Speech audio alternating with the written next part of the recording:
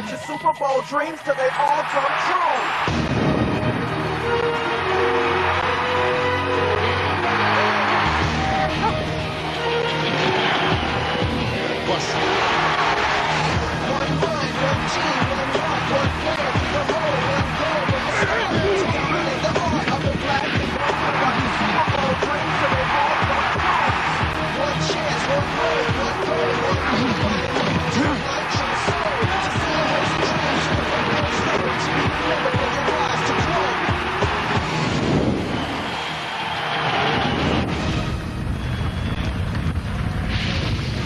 The Metrodome in Minnesota is alive. The Vikings have come back from the dead in the NFC North today, trying to stamp themselves as a legitimate playoff contender. The Browns and the Vikings back with the opening kickoff in a moment.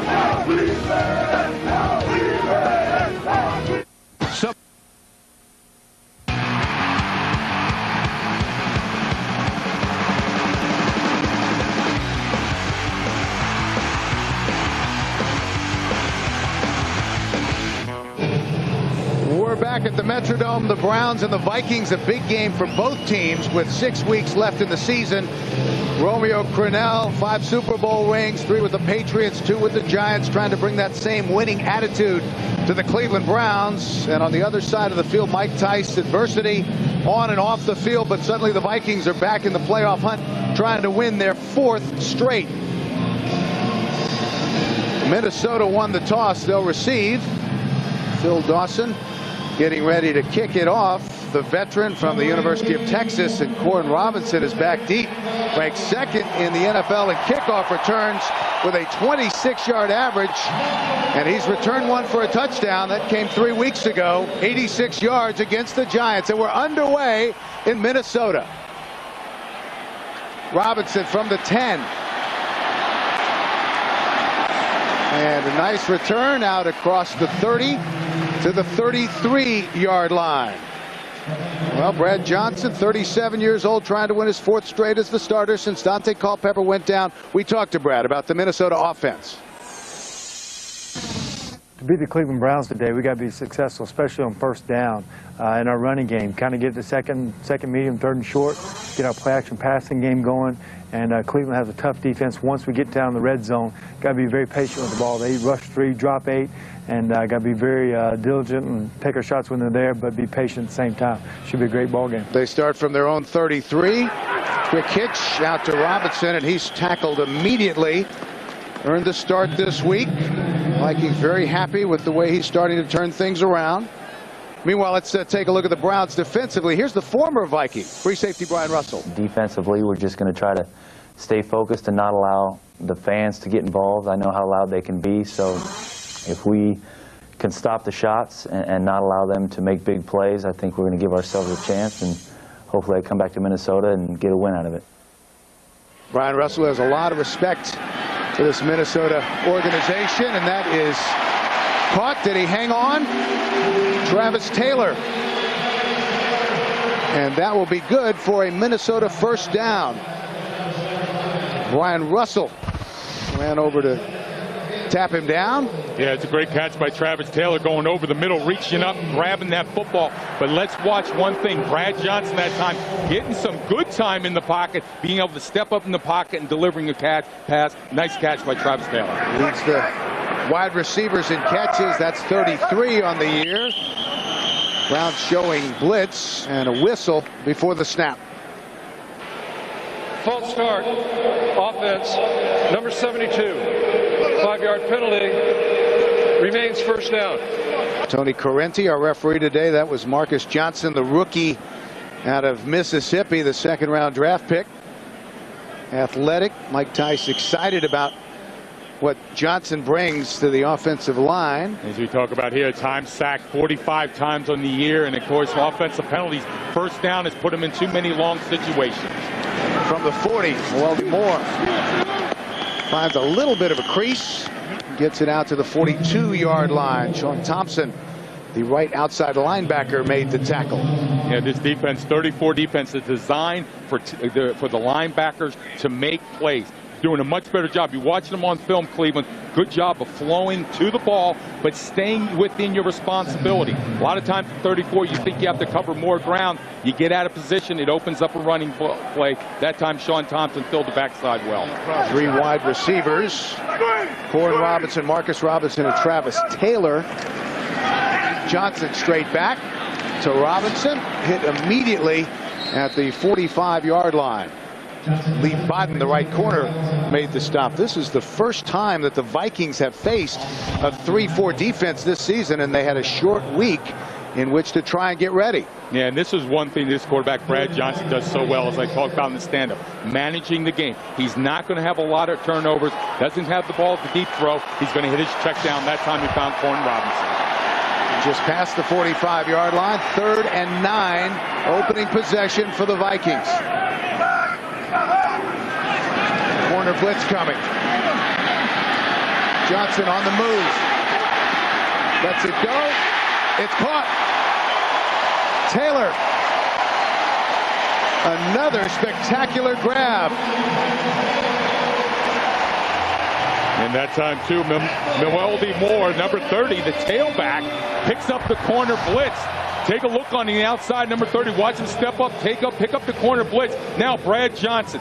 Not a great scrambler, but you know what? Staying alive, and here he's communicating with Travis Taylor. Stay alive, come back to the football, deliver it. Great pitch and catch that time on the outside. That was good for 11 yards and a first down from the Cleveland 43. Moore in trouble. And Sean Thompson brought him down for a loss back at the 48-yard line. And watch Sean Thompson, number 51. He's going to be on the outside, but look how he plays off the tackle. Bryant McKinney. That play was designed to go inside. Mewelde Moore that time trying to get outside. But that, again, talking about a linebacker, not losing contain. Sean Thompson doing his keys right, making a play for big negative yards for the Cleveland defense. The Vikings have had trouble with the negative yardage. They lead the league 93 plays for negative yards. That was a loss of 5 there. We have a whistle and a flag. False start. Offense, number 72. 5-yard penalty. Remains 2nd down. And again, they get the rookie Johnson. Yeah, as a rookie, and this is all about concentration. You just need to relax, get up to the line of scrimmage. If you need to ask somebody the snap count, do it. But this has been a problem for them in all their games. Penalties on first down. Now you go in 1st and long, 2nd and long, and then it just kind of precipitates from there. And then you put a lot of pressure on yourselves in terms of pass protection. That's why their quarterbacks have been sacked 45 times so far this year. And here is that 2nd and long, 2nd and 20 after the penalty and the loss on the running play. Johnson with time that time and delivers it. Again, it's Travis Taylor, and he's out of bounds at the 35-yard line. That'll be about 3 yards short of the first down. Yeah, Brad Johnson stepping up quickly in the pocket. Great timing on this route. Watch him step up in the pocket. Now he delivers it.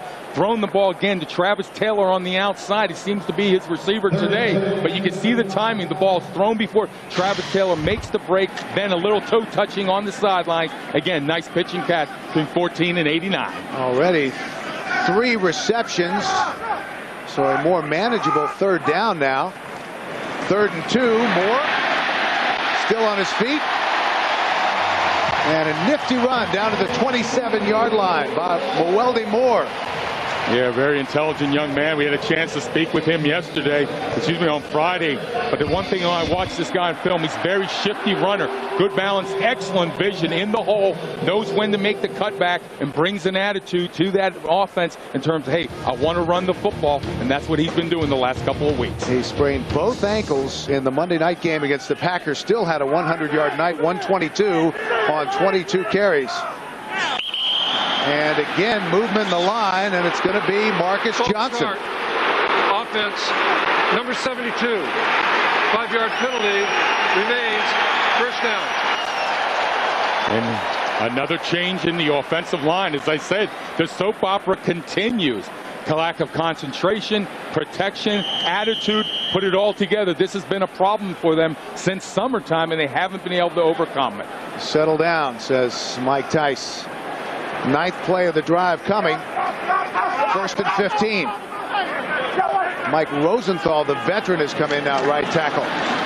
Welding Moore, a nifty spin move and hit hard at the 25-yard line by Lee Bodden. And a nice pull that time by McKinney. Anthony Herrera, number 64. And again, you have to like Moore the way he sets up his blocks, shifting this in the hole. Again, watch Herrera, the young left guard, pull, get around. And then how about the balance on Mr. Moore? Staying on his feet. Great shiftiness, has that vision, but also has the balance to accomplish it. Well, Mike Tice still trying to find that winning combination in the offensive line today. Was their 4th different starting combination of the season. Johnson throws it away. Jermaine Wiggins was in the vicinity, but that was thrown out of bounds. It'll be 2nd down. I'm sorry, 3rd and 8. Third, they looked like they brought blitz on the outside here. And again, nowhere to go with the football at time, and just throws it out of bounds, and chain guy gets a reception. That'll be a bonus in his check this week. So 3rd and long. Vikings have already converted on 3rd down twice, and they go with a 4 wide receiver set. 3 on the right side. Bobbled snap. Johnson able to pick it up. Brought down immediately between the 25 and the 26-yard line by Kennard Lang. And take a look at center exchange from Melvin Fowler, the center. It looked like Brad Johnson just pulled out a little bit too quick. And, you know, this is one part of the problem with the offensive line, losing Burke at center and that communication. But also they've had some problems at that center position. Let's see what they can do about it for the rest of today. So we'll see. Paul Edinger, who has had 3 game-winning field goals this year. This from 44 yards out. Plenty of leg and good. So the Vikings are on the board first. A 43-yard field goal officially. 3-0 Minnesota.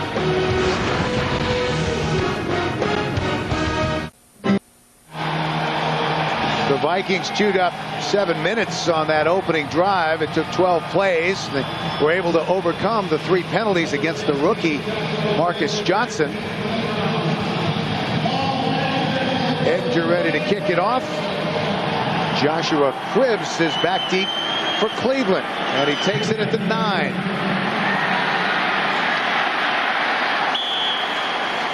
Nice return out to the 33-yard line. And Trent Dilfer, 12-year veteran, set to go to work. 7:52 left in the first. Until today, the Vikings were the only team in the NFL that the Browns had not played since returning to the National Football League in 1999. Opening possession for Cleveland from their own 33-yard line. Play action on 1st down. They swing it out into the flat. That's the tight end, Steve Hayden. And Hayden brings it out to the 37-yard line. Keith Newman made the tackle. Well, Trent Dilfer, we had a chance to ask him about this Cleveland offense today. I think the biggest thing we need to do to be successful today would be stay balanced. We've been running the ball better in the past couple weeks, and to find good balance on our offense, convert 3rd downs, create some big plays to change field position, get some points on the board. We can do that, we'll be very successful. Dilfer, a quarterback rating last week of 103.2. Drones, no room to run. He'll lose a couple. Darren Sharper made the tackle, and we talked with Darren, the 2-time Pro Bowler, about the Vikings defense. To stop the Cleveland Browns offense today, we need to hit them in the mouth. Basically, that's what it comes down to. If we stop their running game, stop Reuben Jones from getting 150-some yards like he got last week against Miami, make Trent Dilfer throw the football, we think we can make some plays, and we should win the game. Now Sharper with 9 career interception returns for touchdowns. That's remarkable, 2 this year. And Trent Dilfer said, yeah, I'm going to keep an eye on where number 42 is. Very heady player. After the loss, 3rd and 8. And Kevin Williams, the under tackle, injured on the previous play, helped off the field. 3 wide receivers set for Cleveland on 3rd and long.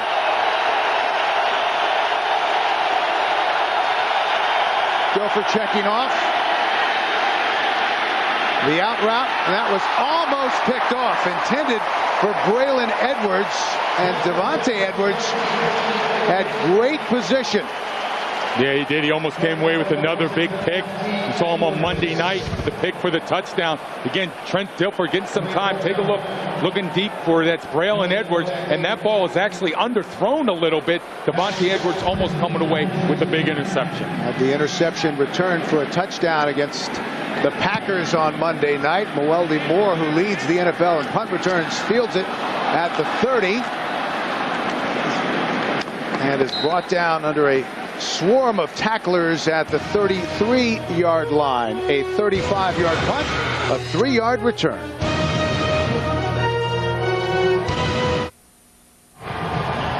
Back in Minnesota, second possession for the Vikings, and the rookie Marcus Johnson is back in at right tackle. 3 penalties on the first drive. He might be buying some pizzas for the whole line after this game. And Mike Tice deciding to give the youngster a second chance. It's a display of nerves. 1st and 10 from the 33. Johnson checking off. Moore. Mewelde Moore out across the 35 to the 36-yard line. Well, opening drive for the Vikings resulted in 3 points and 3 big plays by Travis Taylor. Yeah, number 89, Travis Taylor, doing a good job of staying alive, and also Brad Johnson, as I talked about, managing the pocket, managing the offense, buying some time, finding number 89, delivering the ball, great on some timing, and that's the reason why they were successful in that first drive. Former Baltimore Raven in his 6th year out of Florida. Fake the reverse, out in the flat. Moore, and he's brought down immediately. Well, visit CBS Sportsline tonight for a complete wrap-up of all the day's action. Watch video highlights, get in-depth analysis from our NFL experts only on CBSSportsline.com. So 3rd and long for the Vikings. We talked about that Cleveland defense starting to come around, and they have looked good on this series. Johnson from the shotgun. Steps up, gets rid of it. That's Wiggins, and Wiggins is close to a first down. He has it. At the 45-yard line, Jermaine Wiggins, the Vikings' leading receiver. He came in with 49 receptions. Yeah, nice pickup there in the first down. Again, Brad Johnson getting some time. Take a look at Marcus Johnson, number 72, running Kennard Lang around the corner. And then Brad Johnson stepping up in the pocket and finding Wiggins on the middle. Again, take a look at Marcus Johnson. Good job, hands on the defense end. Kennard Lang running him around the corner. First down, Moore bounces off a tackler and brought down after a pickup of 3. And let's check in with Greg Gumbel in New York for an NFL update. Bill, thank you. In Kansas City, Larry Johnson had 2 touchdowns last week. He's got one on the board here from a yard out. Kansas City with a 7-0 lead on New England under 5 minutes to play in the first quarter. Bill and Richard, back to you. All right, Greg, thank you. Larry Johnson averaging 150 yards a game the last 3 weeks. Taking over for Priest Holmes. Our runner, New England on top of the East Division. Victory today. 2nd and 7. Movement in the line of scrimmage. We have flags. A free play for the Vikings and incomplete. Let's check the penalty. On this one. Encroachment, I think, on this. Offside. Defense, number 97, will get to the neutral zone at the snap. 5-yard penalty. Repeat, 2nd down. I think Marcus Johnson maybe his nerves have settled down a little bit for number 72. Took a little breath there. That's Alvin McKinley, the right defensive end. Trying to get a jump, and they always say they're supposed to look at the ball, but they listen to the snap count all the time. Brad Johnson changing up the snap count and getting Mr. McKinley to jump off sides. Moore. And he has a first down.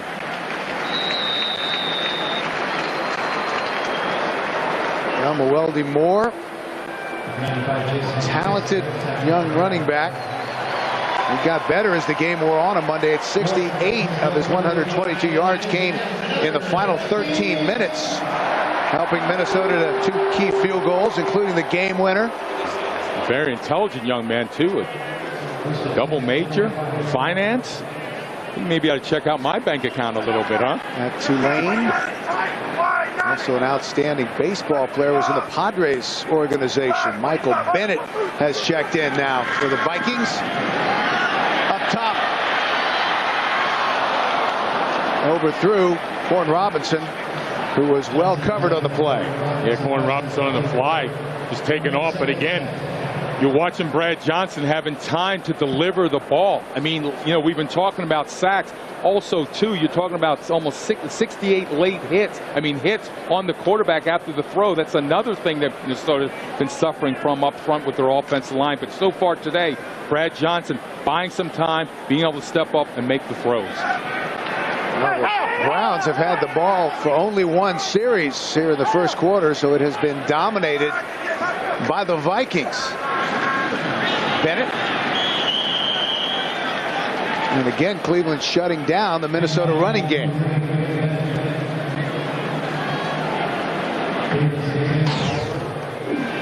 Well, let's take a look at our NFL.com poll question after the undefeated Indianapolis Colts. Who's the second best team in the NFL? Carolina, Cincinnati, Denver, Pittsburgh, Seattle, or another team? Cast your vote at NFL.com. I like the Seahawks.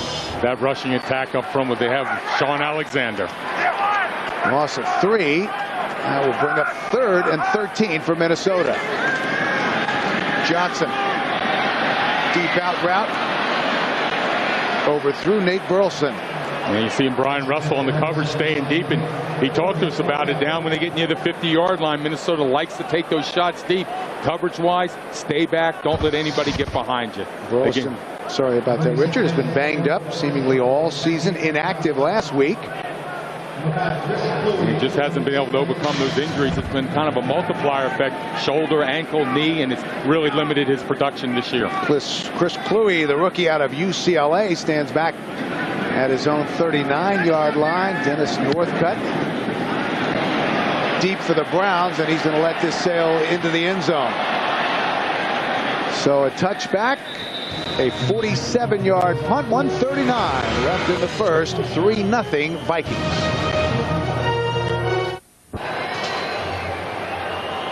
And we welcome you back to Minnesota. Cleveland Browns with lots of new faces. The Browns returned only 27 players, just 8 starters from their roster in 2004. Their second possession as we near the end of the first quarter. Minnesota, to this point, has run 19 plays. This is only the 4th by Cleveland, and that's a nice hole for Reuben Drones. Dontarius Thomas made the stop. Time to C.J. Mosley in the middle now. He's taking number 96. He's taking Kevin Williams' place, who went out with a sprained right knee. Kevin Williams just trying to get that body back into shape. Missed the whole offseason with knee surgery. Missed the offseason program. Came in a little bit overweight. He's been struggling so far this year. Had 11 sacks last year. Went to his first Pro Bowl. 2nd and 3 for the Browns. And they're going to give it to big number 34. He's rushed for 100 yards in 3 of his last 4 games, and it was Mosley, the rookie, who made the stop. Yeah, you know, talking to Reuben Drones, what he likes to do is run between the tackles. Last year in Denver, and I think he brings some of that attitude with him now. Get up the field, north and south, one cut and get going, and that's the reason why they picked up that first down. Their first down. Ball at the 31. Drones. Well, the Vikings knew that they were going to get a steady diet of number 34 today, and that has been the case here in the early going as we wind down the first quarter. And that is the end of our opening period with our score: the Vikings 3, the Browns nothing. We'll return to the Metrodome after these messages. You're watching the NFL on CBS, America's #1 network. 2nd and 4 for Cleveland as we start the second quarter. Two teams that have combined for a 5-1 record in the month of November. The Vikings have won 3 straight, 4 of their last 5. The Browns, 2 of their last 3. This only the second possession of the game for the Browns.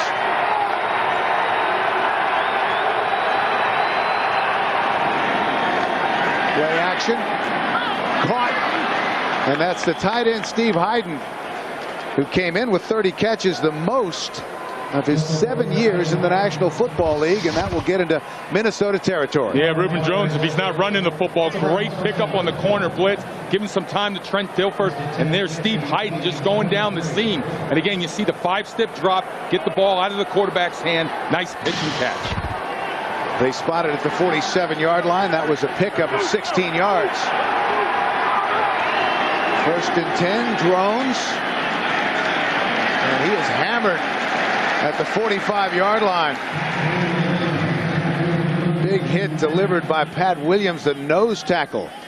Well, tomorrow on CBS, a member of the CSI team gets busted in a powerful new episode that you have to see to believe. Monday's #1 show is CSI Miami on America's #1 network, CBS.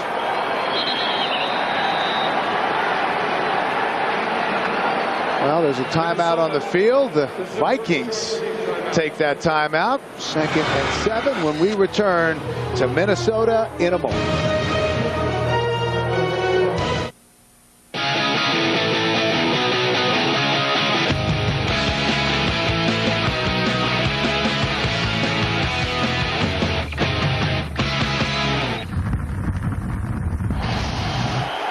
Welcome back. The Browns are on the move. 2nd down. From the Minnesota 44, Dilfer. In and out of the hands of Braylon Edwards and intercepted. Antoine Winfield.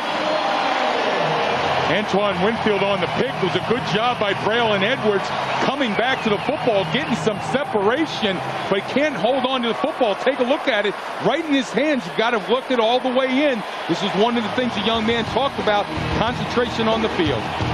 Well, turnovers have been a big part of the Vikings' success recently, and they have another one here in the second. Antoine Winfield with his 3rd interception of the season. Gives the Vikings the ball at their own 32-yard line. Michael Bennett is the tailback.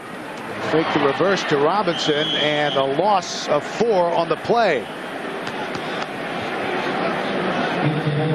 Braylon Edwards, that was a pass, Richard, I think in the future he'll probably hang on to. Yeah, just thinking about churning and running before catching the football, and that's all part about being a rookie in the National Football League, thinking about more things and worrying about the coverages, separation, where do I have to be on the field. And here's a young man talking to him, guy's very grounded and, understands the game. Just going to take some time and some experience.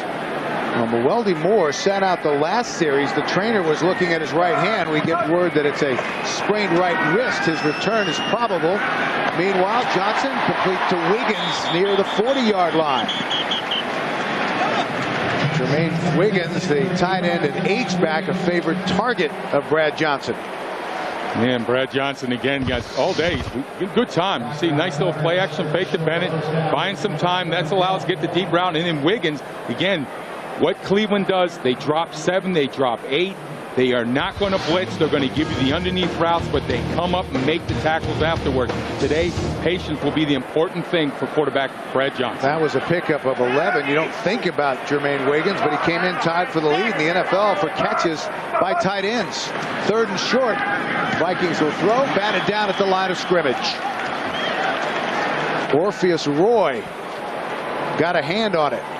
And making a big play. If he can't get the sack, take a look at it. Number 99 over left guard that time, Herrera. And he can't make the sack. Just get your hands up. Doing a good job at deflecting that pass. He has been the Browns' best defensive lineman this season. 3rd leading tackler behind Andre Davis.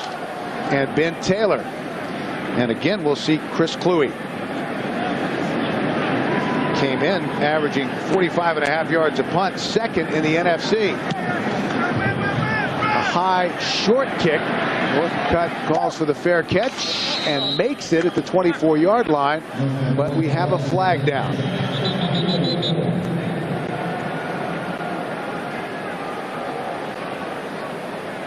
Have some offsides on the outside on the Vikings.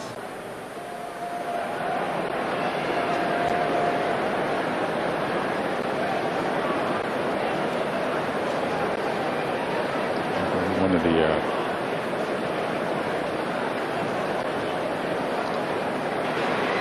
ineligible member of the kicking team downfield prior to the kick, number 59. The receiving team has chosen to take the 5-yard penalty at the end of the kick. First down.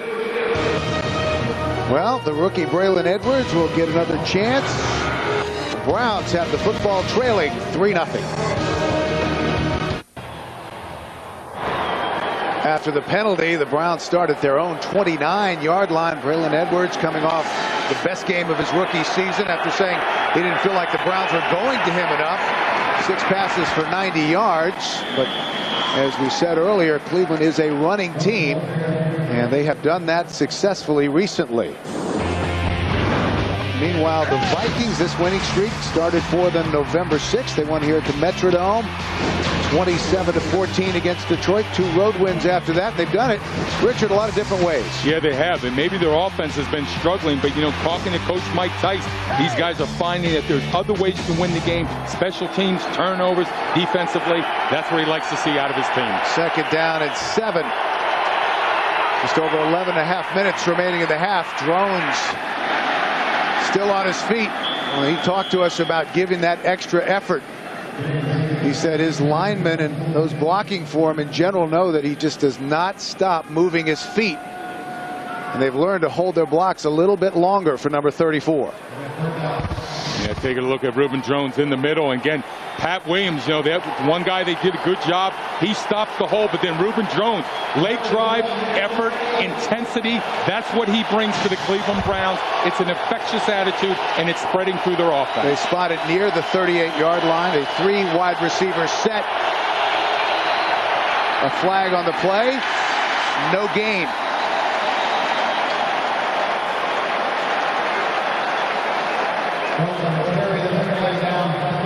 Vikings pointing at Cleveland. False start. Offense, the left guard. Number 61. 5-yard penalty. Repeat or remains third down. Mike Pasillo, the left guard. Yeah, for both teams, penalties, and you want a reason why teams do not win in the National Football League. Well, just take a look at penalties. You take a look at turnovers. Both teams in the minus column in the turnovers, and those are the type of mistakes. Now it's 3rd and long, easy play. Now where do you go in the playbook to pick out something for 3rd and long to get your first down? 3rd and 6. The Vikings showing blitz.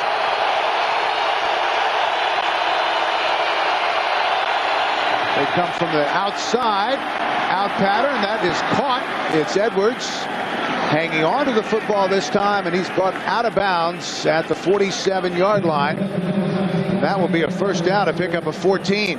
Yeah, Braylon Edwards, great speed. Take a look at inside here first on the blitz. Nice protection. Trent Dilfer getting some time. Nice throwing lane. And Braylon Edwards, you have to respect number 17 speed. Gets off the line of scrimmage, and that's what gives him that separation. Good job on the out move, catching that time, getting first down. Fresh set of downs for the Cleveland Browns.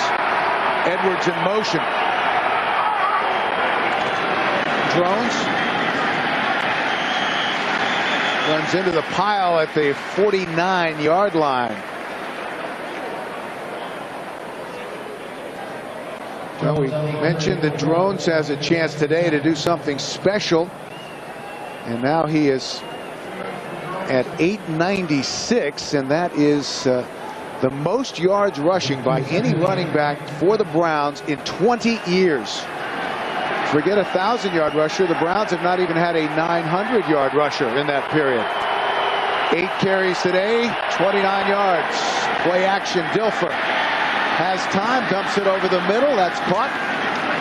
Down to the 38-yard line goes Steve Hyden.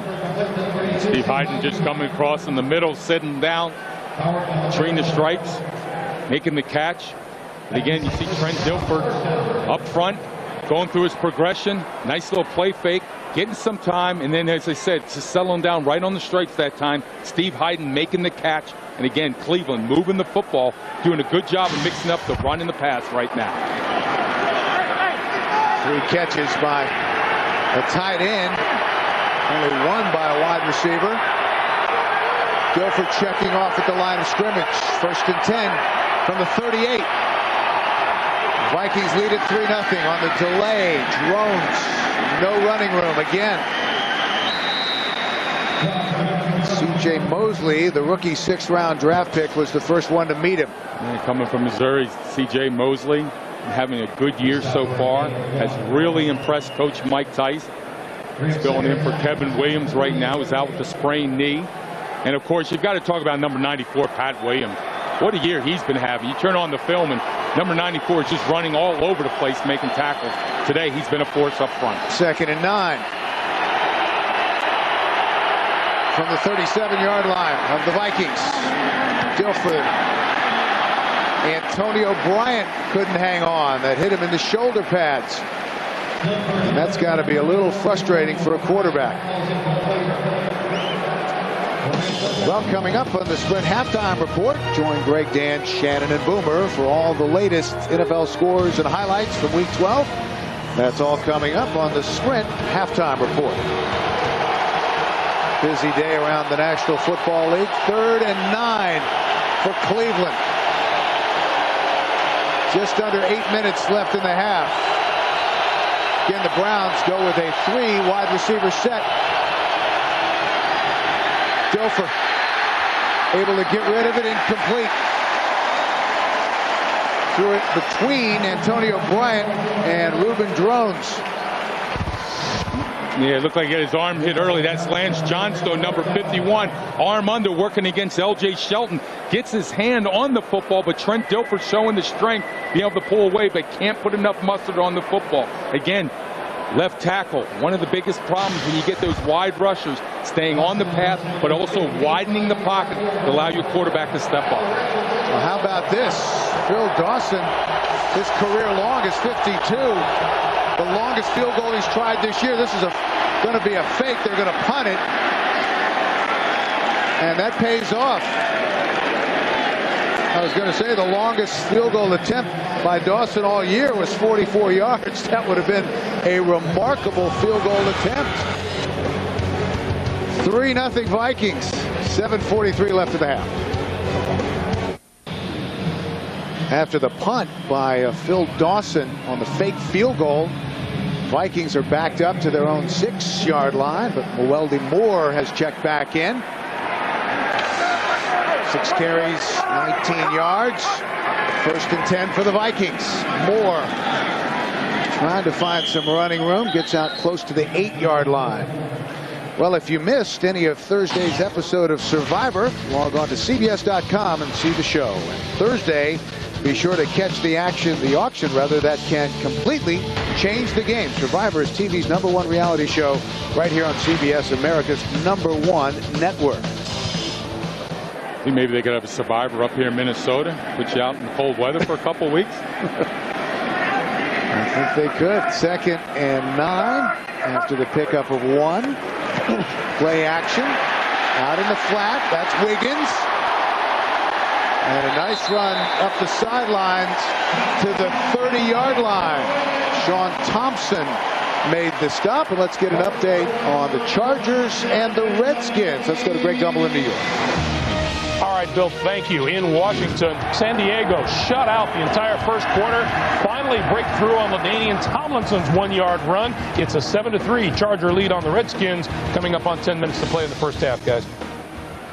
All right, Greg, thank you. Marty Schottenheimer going back to play against his former team in Washington, and his Chargers need a win to stay within 2 of Denver in the AFC West. On 1st down, the Vikings. Johnson, the deep out route, caught by Taylor. The Vikings are on the move. Yeah, they brought the corner blitz that time. Off the outside, it should be number 25, strong safety, Chris Crocker. He's going to come from the outside. Nice pickup on the outside that time. Brad Johnson gets him. Take a look at number 25. Here comes Crocker on the outside, picked up by Moore, and that's what gives him some time. And he finds Travis Taylor on the deep out for the first down. First and 10 at the 47. Two big plays, a 24-yard gain, and that was good for 16. Crowd showing blitz, play action. Corn Robinson. He beat Dalen McCutcheon.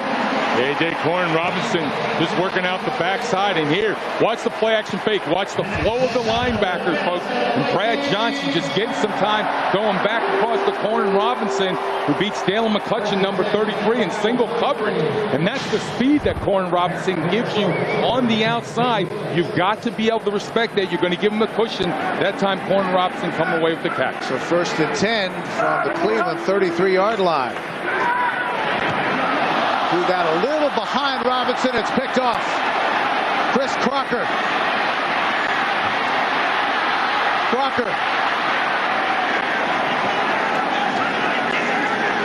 And Wiggins brought him down.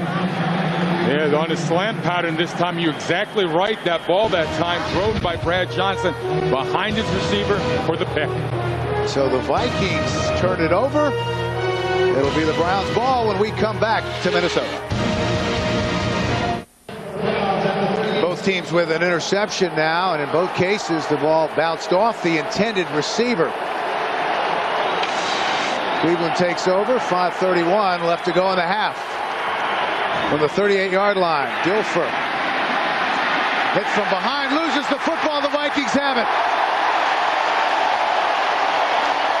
Scott on the recovery, but also Lance Johnstone on the pressure that time.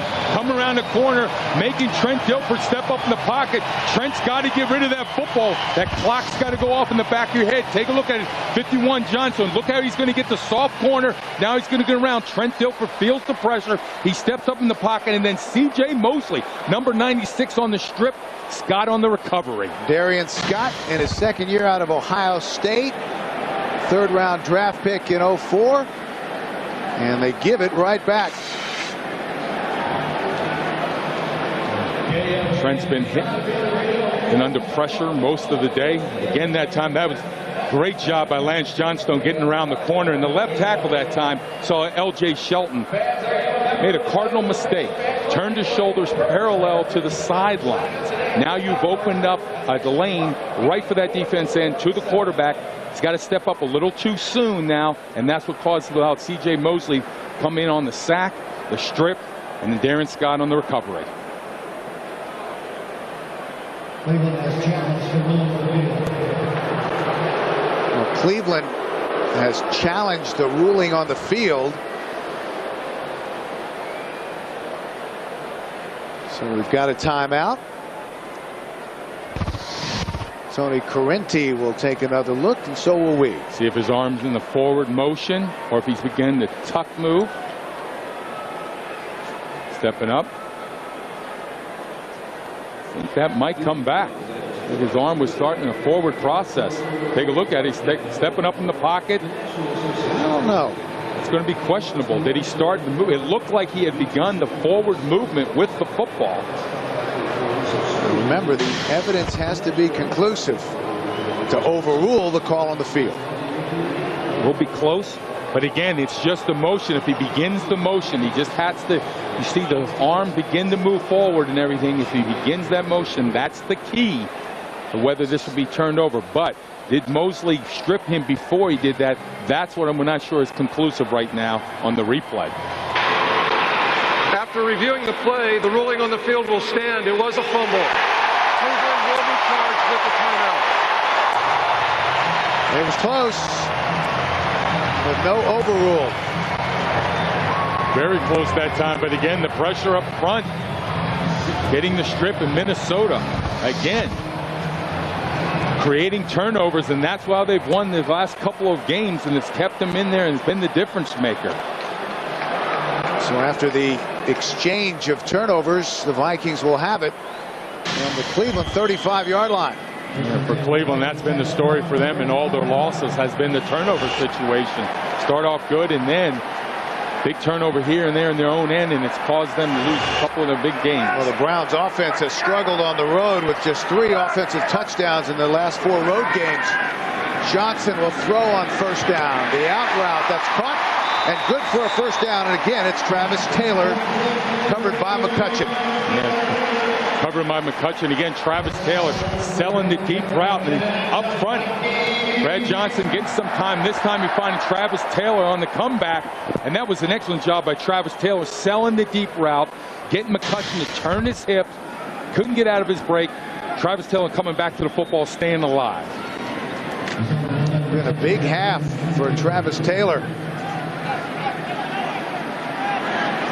1st and 10. That's between the 22 and 23-yard line. They keep it on the ground. Moore, a big hole. Llewellyn Moore.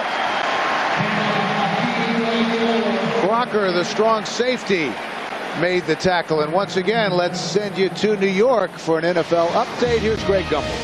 All right, Bill, in Washington, Redskins regain the lead. Mark Brunell, 22 yards to Santana Moss for Moss, his first receiving touchdown in a month.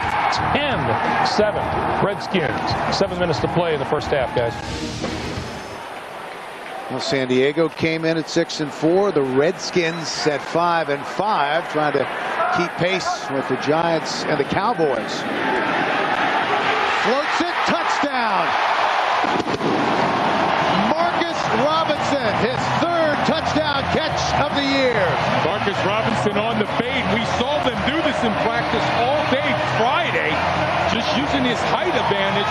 Great job by Brad Johnson, putting some air underneath this football, allowing Marcus Robinson to get up, come down with that catch. Take a look at it again. Protection up front. And look at the 3-step drop. Put some air, and Marcus Robinson coming up high, going up to the highest point, bringing that catch down. Excellent job on him on body control, knowing where the ball is going to be. A 15-yard touchdown pass from Brad Johnson to Marcus Robinson. The extra point is good, and Brad Johnson continues to be efficient. 13 of 18, 152 yards, and a touchdown.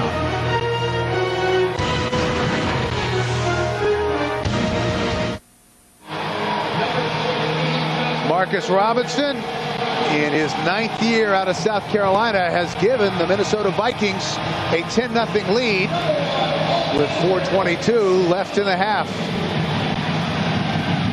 Edinger. Joshua Cribbs at the 7. Upended at the 22-yard line by Antoine Winfield. Let's take another look, Richard, at the touchdown reception, and this is a pure timing pass. Total timing pass. Great job getting some air underneath it. And how about Marcus Robinson seeing that? It's actually thrown a little bit behind McCutcheon, but look at the body control and the height of the jump by Marcus Robinson on the outside, coming away with a superb catch for the touchdown. The Browns will have some time. 4:17 left in the half. First down, drones. And so far, the Vikings have done a good job on the Cleveland running game. A Wednesday on CBS, it's the most twisted episode yet of the new hit thriller Criminal Minds. Mandy Patinkin stars in one of the top news shows of the season, Criminal Minds, right here on CBS, America's #1 network. 2nd and 9. Drones has some running room. Keeps the legs moving out across the 35 to the 36-yard line. Sam Cowart, the middle linebacker, finally brought him down. Yeah, and in running game, it's all about patience. Taking a look up front, but that time, Jeff Fain, the center. Great job on Pat Williams staying with him. And then Drones, the patience, letting the blocks develop, picking up the first down. In the running game, sometimes it doesn't look pretty in the first quarter, but it gets better as the game goes on. From the 37-yard line, Jones 11 carries, 44 yards. Try the left side, nothing doing. And that was Lance Johnstone in the backfield in a hurry. Yeah, it looked like there was a little stumble that time. Take a look at it. Trent Dilfer, it looks like it was little stumbles coming out. And again, Steve Hayden, the tight end, getting beat underneath that time by Lance Johnstone. But I don't think that would have happened, though. If there wasn't a stumble at the quarterback exchange, they would have probably got to the edge. Loss of 3. Again, a 3 wide receiver set for the Browns. Dilfer goes left. Drones with some room. Stutter step. Nifty bit of running and down to the 33-yard line. Uncanny open field running ability by Reuben Drones. Effort, effort, effort. That's what it's all about. Great job on the screen. That was good for 33 yards. We've reached the 2-minute warning. Back to Minnesota in a moment. Back in Minnesota, Bill McAtee along with Richard Baldinger. And Richard, how important is this drive for the Cleveland Browns trying to get some points before halftime? It's all about momentum. Cleveland has struggled on the road. They've had some turnovers and penalties today. To put points on the board right before the end of the half will give them the confidence to go in the second half to come away with victory. Well, they've got 2 minutes to do it. This is their 3rd trip into Minnesota territory. Nothing yet to show for it.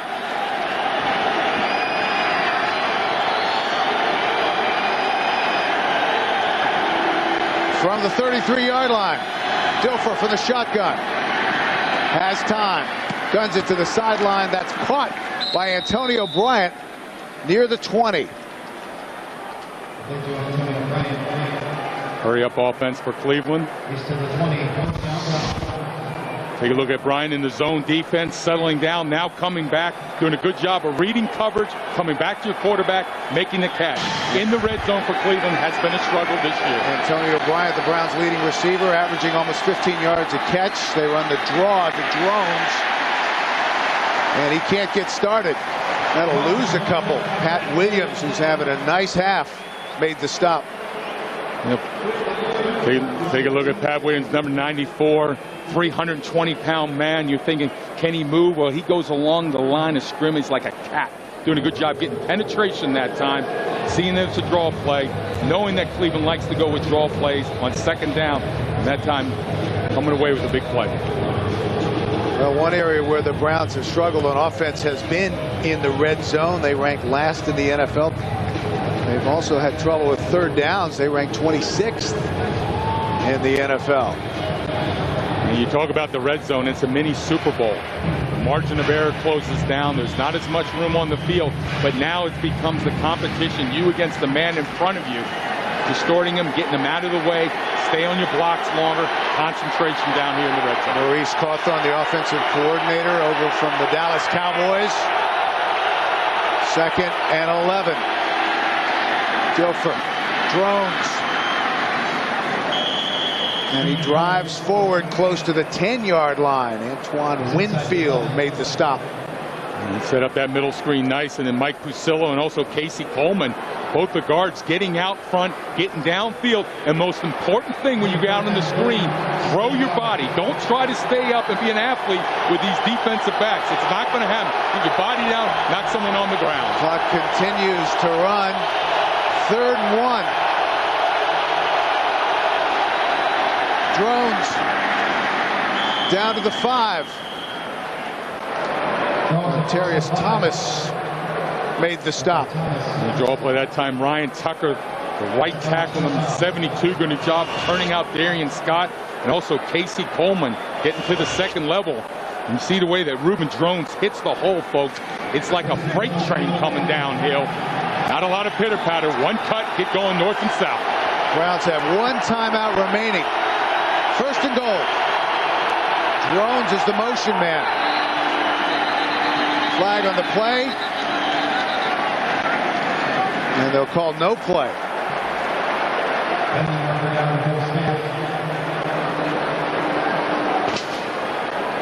Some movement on Cleveland up front. Clock stops with 9 seconds Would left in the half. Operator, please reset the game clock to 12 seconds. There was a false start offense, number 81. By rule, this penalty requires 10 seconds be taken off the game clock.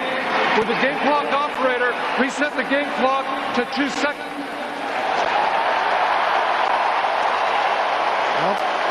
Going to run off 10 seconds, but Antonio Bryant on the offsides. I mean, you're looking in at the football. You go on the movement of the football. There's no reason for it. Well, they'll take a timeout. 2 seconds will remain in the half when we come back.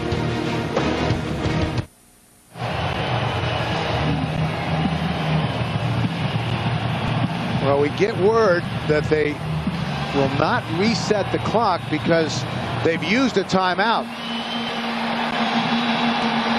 Otherwise, there would be 2 seconds left, but the Browns will have 12 seconds to work with. And that shows you the importance of this drive in terms of getting points on the board right now. Hopefully coming away with a touchdown. Playing on the road, it's a whole different animal. It's been the struggle so far for Cleveland this year.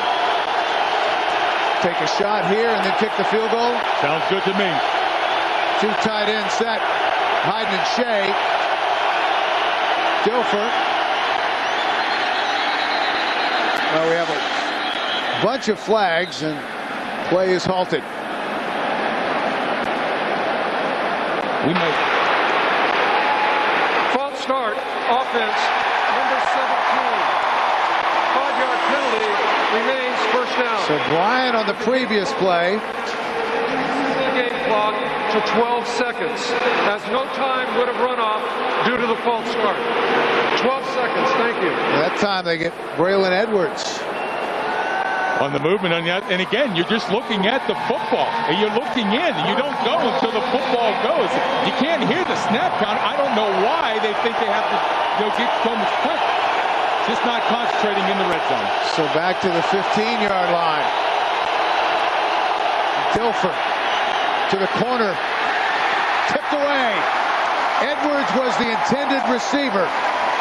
And Sharper got a hand on it. Yeah, and Jaron Sharper, he jumped that route quickly. I'll tell you what, that could have been a pick going the other way. Take a look at it. Trent Dilfer coming back, looking through his progression, and this is really a scary route. I'm telling you what, Darren Sharper could have almost come away with an interception. You see Braylon Edwards trying to get one-on-one this time, but again, Darren Sharper using the smart, seeing that route, knowing that they were going to go to number 17 on the jump. Sharper was over there with the nickelback Ralph Brown. So now we'll see Dawson, but first the Vikings will take a timeout with 8 seconds left in the half. Now, Romeo Crennel in his first year as head coach of the Browns, as a longtime assistant, he said there's nothing you can do to prepare yourself for all the things you face when you take over as a head coach. Coming up on the Sprint Halftime Report, join Greg, Dan, Shannon, and Boomer for all the latest NFL scores and highlights from Week 12. That's all coming up on the Sprint Halftime Report.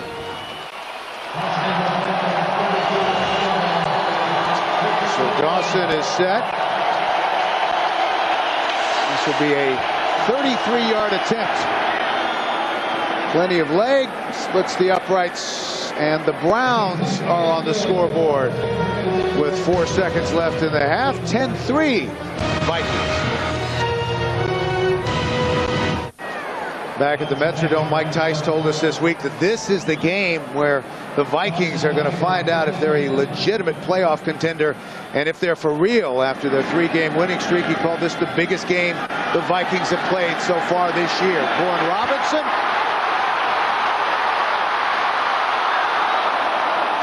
And finally brought down near midfield as time runs out in the opening half.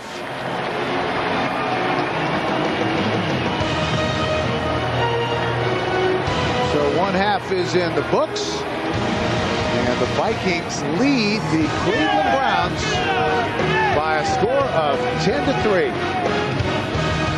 Now we'll We'll be back with the Sprint halftime report after this message and a word from your local station. You're watching the NFL on CBS, CBS America's #1 network.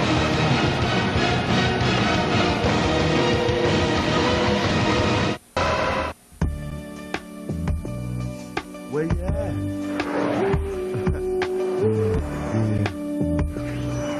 Where you at, 85? Been all around this great big world to see you do what they say you do. Where you at? I can't see you. Where you at, 85? It's an NFL world, and we're living in it.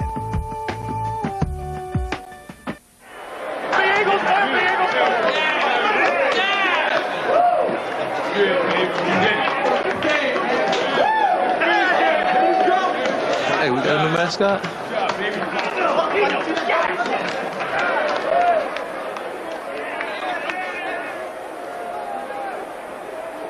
There's an easier way to get the gear the pros wear. Call 1-877-NFL-SHOP for a free team catalog or log on to NFLShop.com.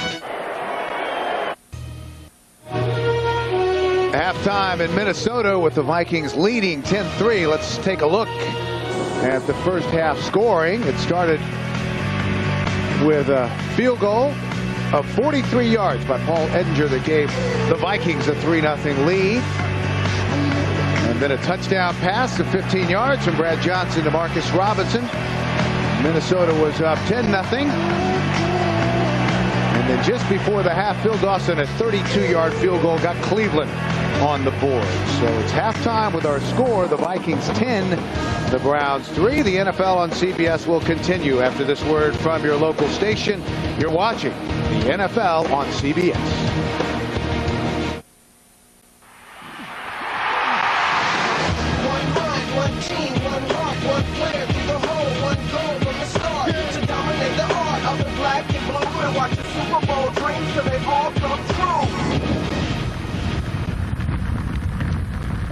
The Vikings feel like they need to win 5 of their last 6 in order to get to the postseason. The Browns need to win out. 10-3 Vikings here at the half. Bill McAtee and Richard Baldinger, and these are two good young defensive clubs, and they've slugged it out in the first half. Yeah, they have slugged out, and it's all about turnovers in the first half. The Vikings, again, creating some, and that's what's allowed them to score points. Cleveland, if they got the drive at the end of the first half, put 3 points on the board. Let's see what that can do for them in the second half. All right, let's take a look at the numbers from the opening half.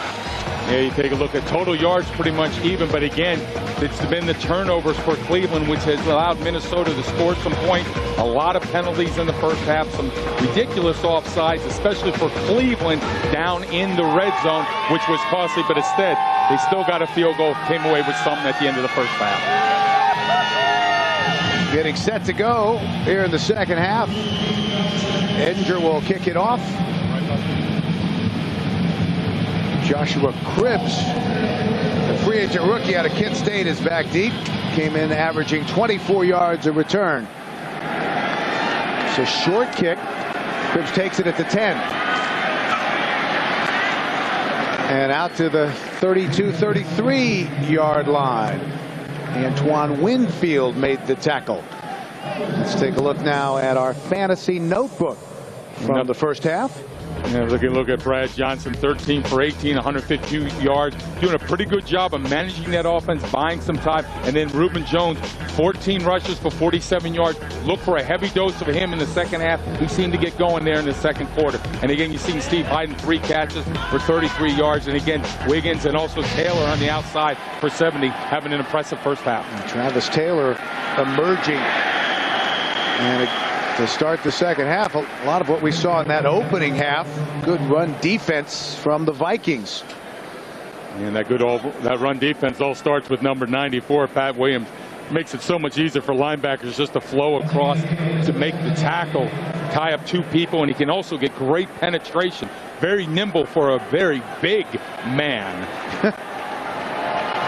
Pat Williams and Kevin Williams had Thanksgiving dinner together. There was a red alert for the turkey population in the area after that. Edwards tries to make a move, and Good second effort. Leads forward to the 44-yard line, and that's a first down. What a bright future this man has in the National Football League. Catch and pass against the zone defense. Look at Braylon Edwards. And then it's what he does after catching the football. Get going north and south, a big body. People bounce off him. Let me tell you something, folks. Safeties are not going to want to come up and tackle number 17. Tall, speedy, strong. Edwards already had the respect of the Minnesota defensive backs coming in. Drones near midfield. In fact, those DBs that we talked to, including Darren Sharper, who made the tackle there, said they expect Edwards to have a breakout game any week now. They just didn't want it to come against them. Yeah, that's an excellent job that time. The trap play by the Cleveland Browns. Right guard Casey Coleman pulling, and Reuben Drones again hesitating a little bit. Let the guard get across, get in behind the kickout block. Spotted in Minnesota territory. 30 plays on offense for the Browns. Drones has 18 touches. And there's 19. Stacked up at the line of scrimmage. Williams, the big man. And time again, working against Jeff Fain, the center. Pat Williams signed by the Vikings from Buffalo this past March. And take a look at the lockout he gets at the line of scrimmage and how he controls it. Look at the brute strength. That time, not allowing Jeff Fain to use his momentum against him, just tossing Jeff to the side. That's what gives this man such a great job up front. Tremendous techniques on top of size and strength. Former Aggie in his 9th year in the National Football League. His signing really started the defensive overhaul by the Vikings. Third down. Short drop from Dilfer, slings it incomplete. No flags. Hayden, the intended receiver. Hayden, the intended receiver, but also that time Darren Sharper, number 42, jumping that route. We talked about it, using the smarts on the field, knowing where the quarterback's going to go with the football. Take a look at it, Trent Dilfer trying to find his tight end, but you're going to see Sharper come in just at the last second to get in on the stretch. Well, that will bring out the punting unit. Kyle Richardson standing back on his own 36-yard line. Mewelde Moore back deep for the Vikings at the Minnesota 11. Fair catch called for. And made at the 16-yard line. And that's where Brad Johnson and the Minnesota Vikings will take over 1st and 10. A 33-yard punt, no return. When you think about Brad Johnson and the Minnesota offense, you think about a 3-step drop and quick routes, but he's had some success going a little deeper today. That all starts up front with that offensive line, giving them some time to throw the ball down the field. And they will throw on 1st down under pressure. Travis Taylor was in the vicinity. It'll be 2nd and 10. And that time didn't quite have the chance to set up in the pocket. Orpheus Royd, number 99, also bringing a blitz that time.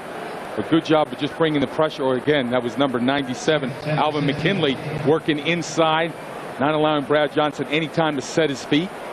And that's been something that Brad Johnson hasn't had to deal with much today. Better time up front, given by his offensive line.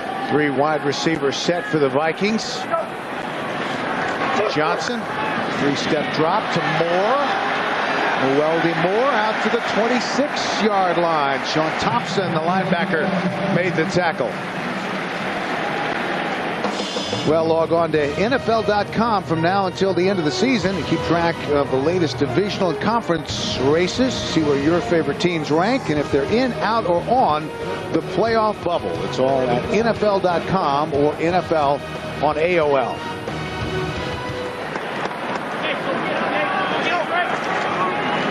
Third down. Cedric Faison, the rookie. He had a touchdown Monday night against the Packers. Tied the game at 14-all in the 3rd quarter. Last play straight ahead, and again Herrera, the left guard, getting out in front, finding a linebacker, making a hit fast and getting behind him, and that's what you have to do in short yardage. Let those big men get some movement, get going north and south. No time to think about it. Run through the hole. Faison, the rookie, 4th-round draft pick out of Florida. He's out. Mewelde Moore has checked back in. And they give it to Moore. No running room. Picks up 1 or 2. Ben Taylor, weak side linebacker, made the tackle. He's having a very solid year.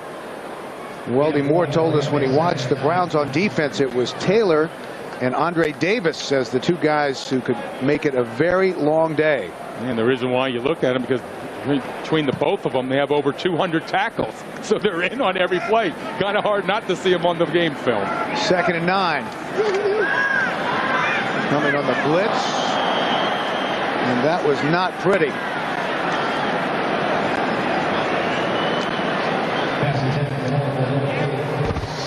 I'm not really sure. I'm going to call this a shovel pass as he's looking for more. But either that or it was thrown to your second baseman. You see Nick Easton almost coming away with the pick. Big number 98 wanting to go scampering the other way. But I'm going to check my books on that one there. I'm not sure if we put that in the shovel pass mode. I think Nick was thinking touchdown. So it'll be 3rd and long after the incomplete pass. Just over 10 minutes left in the third. 10-3 Vikings. Johnson. And that's incomplete.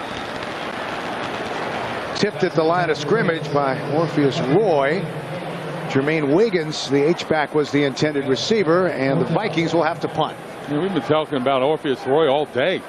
He's one of the people that Romeo Crennel, the head coach of Cleveland, said is the leader on this defense. Plays hard every play, gives 100%, and has really developed into that defensive end, two-gap position, and also bringing a good inside rush on the nickel. Dennis Northcutt back deep to receive the punt by Chris Kluwe. Gets it away. And this will be returnable from the 23. And hit hard at the 30-yard line by Randall Smith, the backup linebacker, at 48-yard punt and a hard-fought 7-yard return. We're back. Listen to the hit on the punt return and watch the helmet of Dennis Northcutt.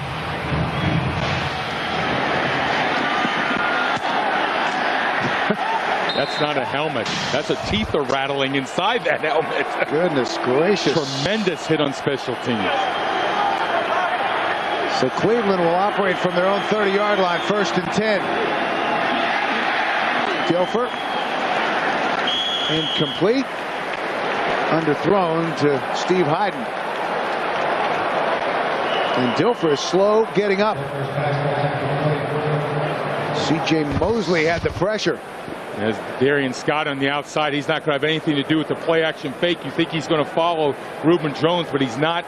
Getting pressure on Trent Dilfer, and then his left tackle, L.J. Shelton, fell on top of him, having his knee bent underneath. A dual hit. So it was Darian Scott and not the rookie. Dilfer shaking up a bit. Incomplete pass. 50. Thank you. There's Charlie Fry. Made his NFL debut last week. Game clock, please reset. Thank you. Getting the clock operator straightened out. He was 6 of 11 for 58 yards and an interception. That was a controversial move by Coach Romeo Crennel. 2nd and 10. 9:50 left in the third. Fake the reverse, trying to go back the other way. Ball's on the field. A scramble for it. Keith Newman forced the fumble. And the Vikings say they've got it. They do. I'm not sure if that's the play you want to call on 2nd and long. You had some effectiveness running the football, but take a look at it. You're going to have the fake, and again, you see Newman on the outside. He's not going to have anything to do with it. He's been one of the leaders of this defense. Again, getting in on the strip play, taking too long to set up. You haven't had much success on terms of these fakes earlier, and this usually comes about once you've been able to run the football a few plays, get the defense to flow. They haven't had it in the second half, Cleveland. And here, you see Newman will come away with the strip. And the Vikings, again, that opportunistic thing, making plays on defense. E.J. Henderson, the linebacker, came up with a fumble. Opportunity for the Vikings. Taylor on the end around. down to the 12-yard line. Thompson made the stop. Well, usually on all those play-action fakes like that, setting up, it's usually after you've had some success running the football to the outside, defensive linemen are flowing. You just saw on the play before that time, Darian Scott had nothing to do with the run fake. Again, here comes Newman, the linebacker. He comes and makes the strip. I'm not sure about play calling like that down in your own end. The 500 record touchdowns to field goals in the red zone for the Vikings. They go with 3 wide receivers. Johnson sidearms it. That's close to a first down. Again, it's Wiggins. He has been such a valuable weapon for Brad Johnson. Yeah, he does. He just finds a way of getting separation, getting down the field. Excellent at reading coverages, shutting it down, how to get away from him, uses that big body, and once you throw the football, he does catch it every time. Dilfer being looked at over the Cleveland sideline. First and goal for the Vikings, already up 10-3. Johnson checking off. Here come the Browns on the blitz. Moreldi Moore. Touchdown!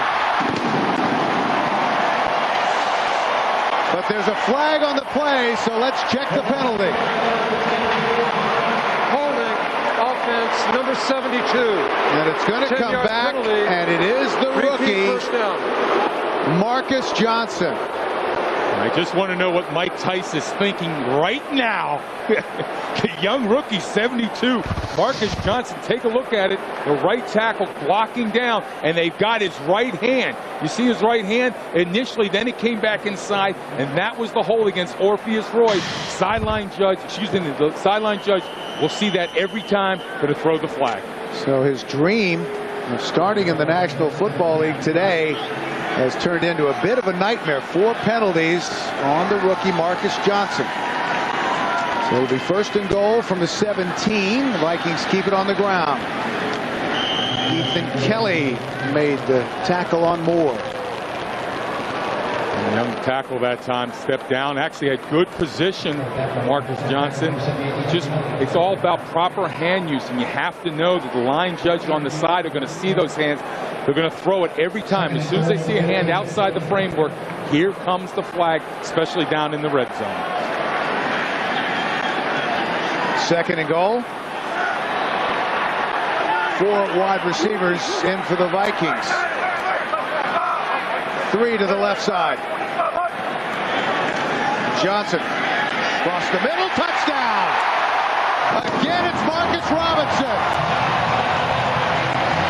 Marcus Robinson on the post pattern, and you can see a blown coverage that time by Cleveland. He was all alone.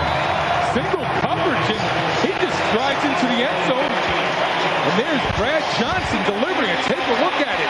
You're going to have Marcus Robinson on the inside, and you see the blown coverage that time by 39. Michael Lehan. He's on single coverage, and he just releases them, thinking he has help over the top, and the safety's not there. Another 15-yard touchdown pass. Johnson to Robinson. Edinger with the extra point. That's good. And Marcus Robinson has his 4th touchdown catch of the year as the Vikings extend their lead to 17-3. Both of Minnesota's touchdowns have come off of turnovers. They got the short field to start, first from 35 yards and then from 18 yards. And they lead 17-3. Cribbs takes it a yard deep in the end zone. Joshua Cribbs up the sideline. And it was the kicker, Edinger, who pushed him out of bounds. So good field position for the Cleveland Browns as they try to come back, trailing the Minnesota Vikings at the Metrodome. Yeah, but take a look at that touchdown here for Minnesota. They're in a trips formation, and what that does is it puts the safeties in the bind. You see Brian Russell, he's not really sure where he needs to go, and there's Marcus Robinson. He's just going to head and make the skinny post in for the touchdown. 2 catches by Marcus Robinson, both 15 yards for touchdowns. Best starting field position for the Browns from their own 48. Edwards, and he has a Cleveland first down close to the 41-yard line.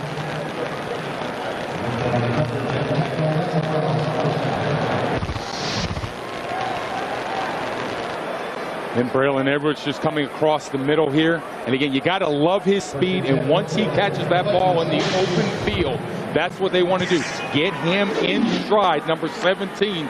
He will make people bounce off him. He will run over him or run by him. 3 catches for Edwards. He's checked out. Bryant and Northcutt are both split wide. That's Northcutt in motion. 1st and 10 for Cleveland. And another first down. A big hit on Hayden, the tight end. At the 28-yard line. Antoine Winfield, the cornerback, delivered the blow. Antoine Winfield laying the heat this time. And I'm going to tell you what, excellent job by Steve Howden on the short route. And then Winfield coming up and making the tackle. You can hear the crack of the pads.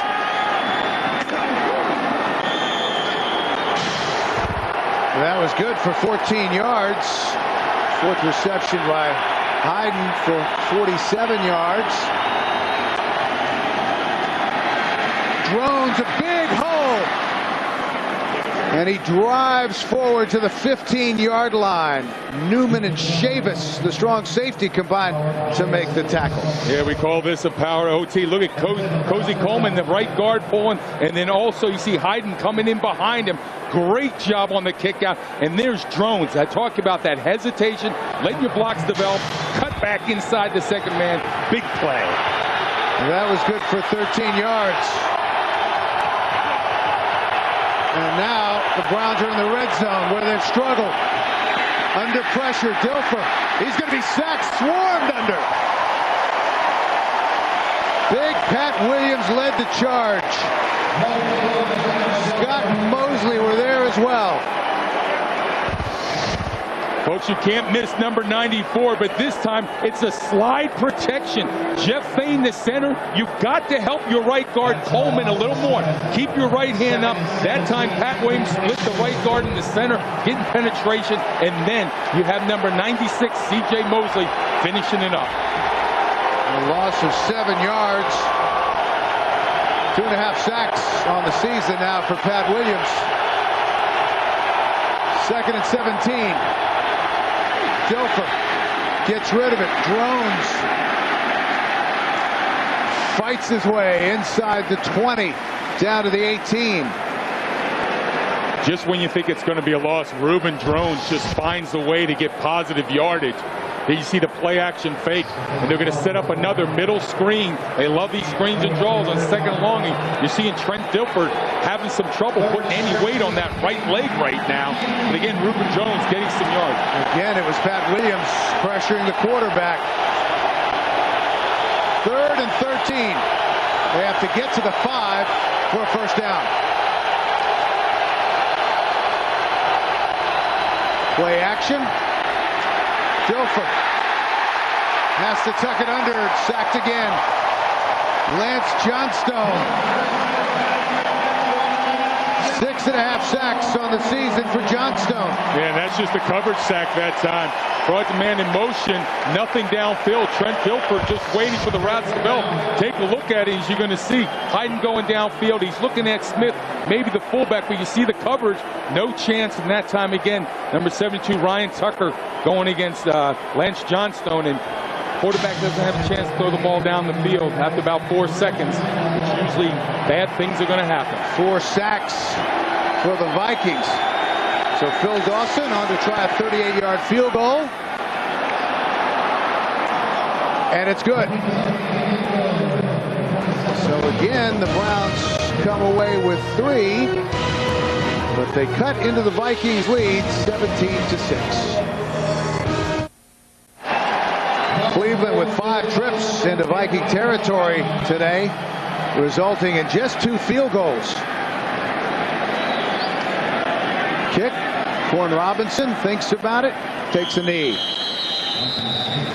Well, tonight, after 60 minutes, the answers to a family tragedy could be exposed in an old home movie. See why critics call Cold Case TV's best cop show. Don't miss a new episode right here on CBS, America's #1 network.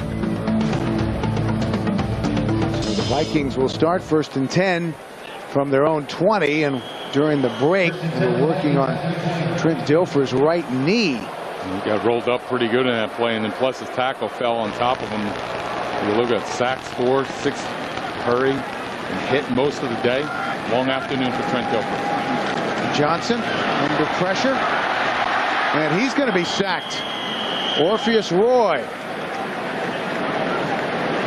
Yeah, Orpheus Roy that time on the outside, and you had Weldy Moore, excuse me, number 30, trying to pick up Orpheus Roy, number 99, probably giving away about 100 pounds. Take a look at it here, and again, it looked like the right tackle that time, Marcus Johnson, usually big on big. When he's lined up head on you, you're not going to let somebody go like that. Communication problem in the offensive line. Time of possession, very close.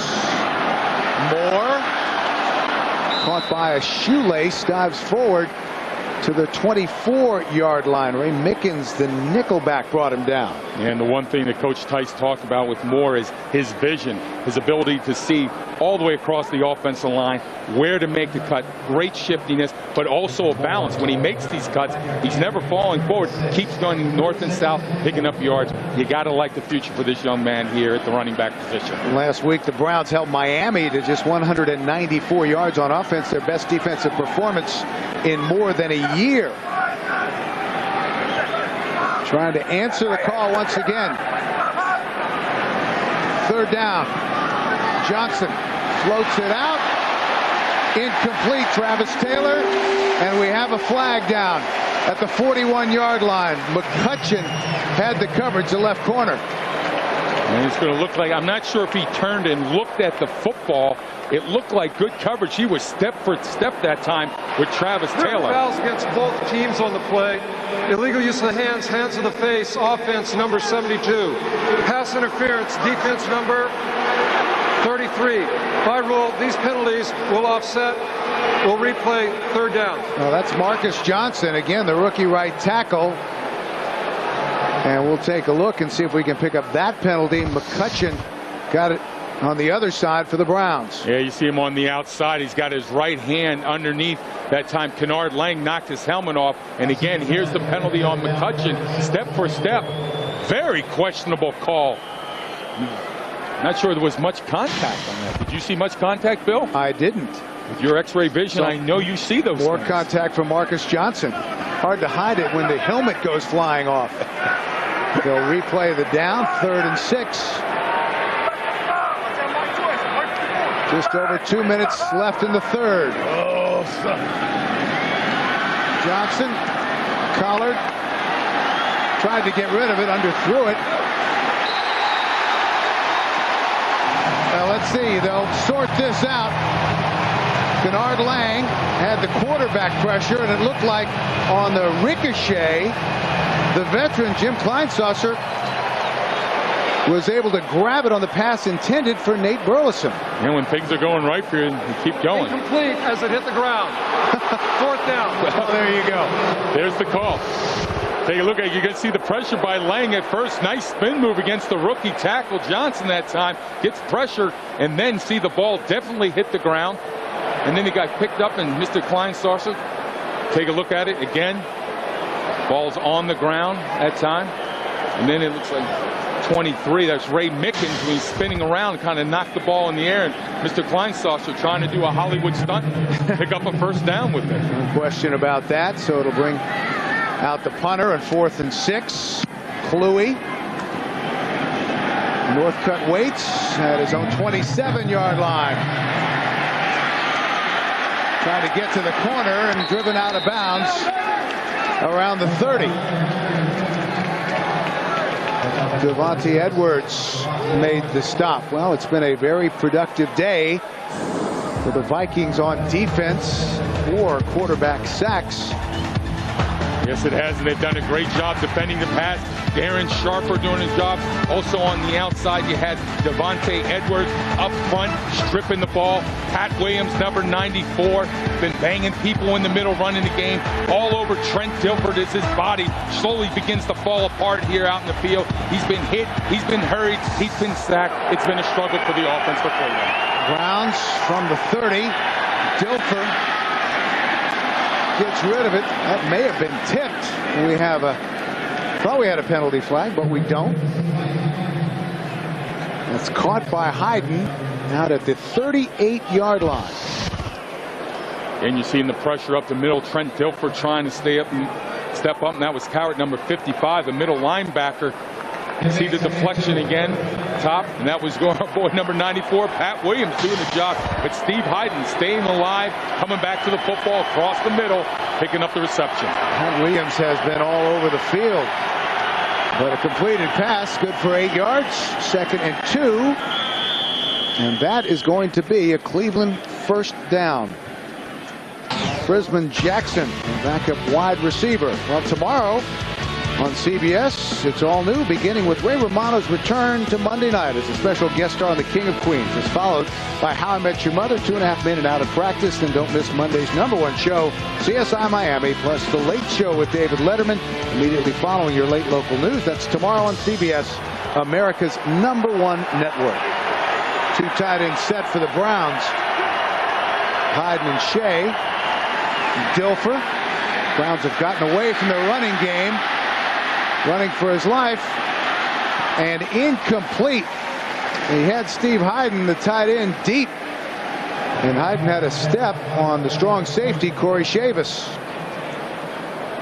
Take a look at Trent Dilfer limping around, just trying to buy some time, but you made exactly the right point. They've gotten away from the running game. They had some success in the first half, some of the draw plays in the ISO. They've come out here in the second half, and you want to put a lot of pressure on your offensive line, start winging the football around every play. Makes it difficult. Those defensive linemen now can get a chance to tee off and make a lot of moves on you. 21 seconds left in the quarter.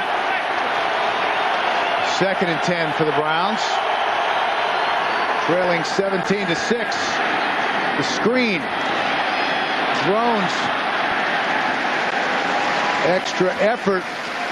Got him to the 46-yard line, and that is the end of the 3rd quarter.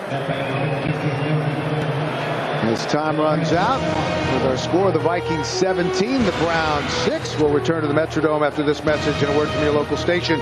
You're watching the NFL on CBS, America's #1 network.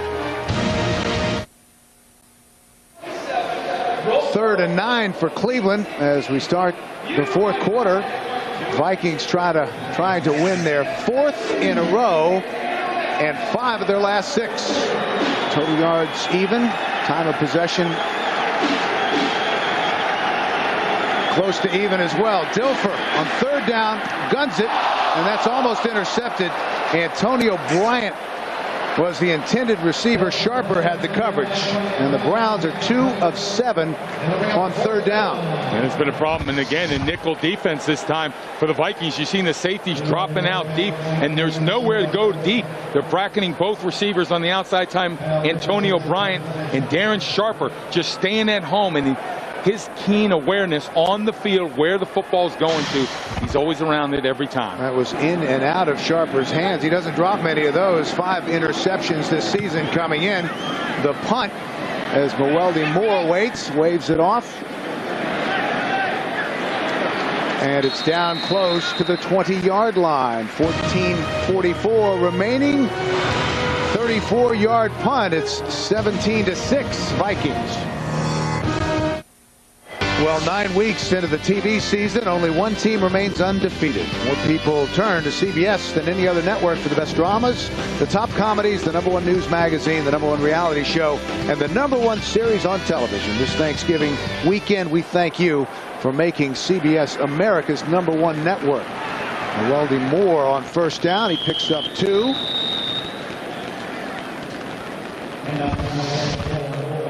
And during the timeout, Romeo Crennel goes over to check on his quarterback, and he might have told him, I'm going to go with the rookie.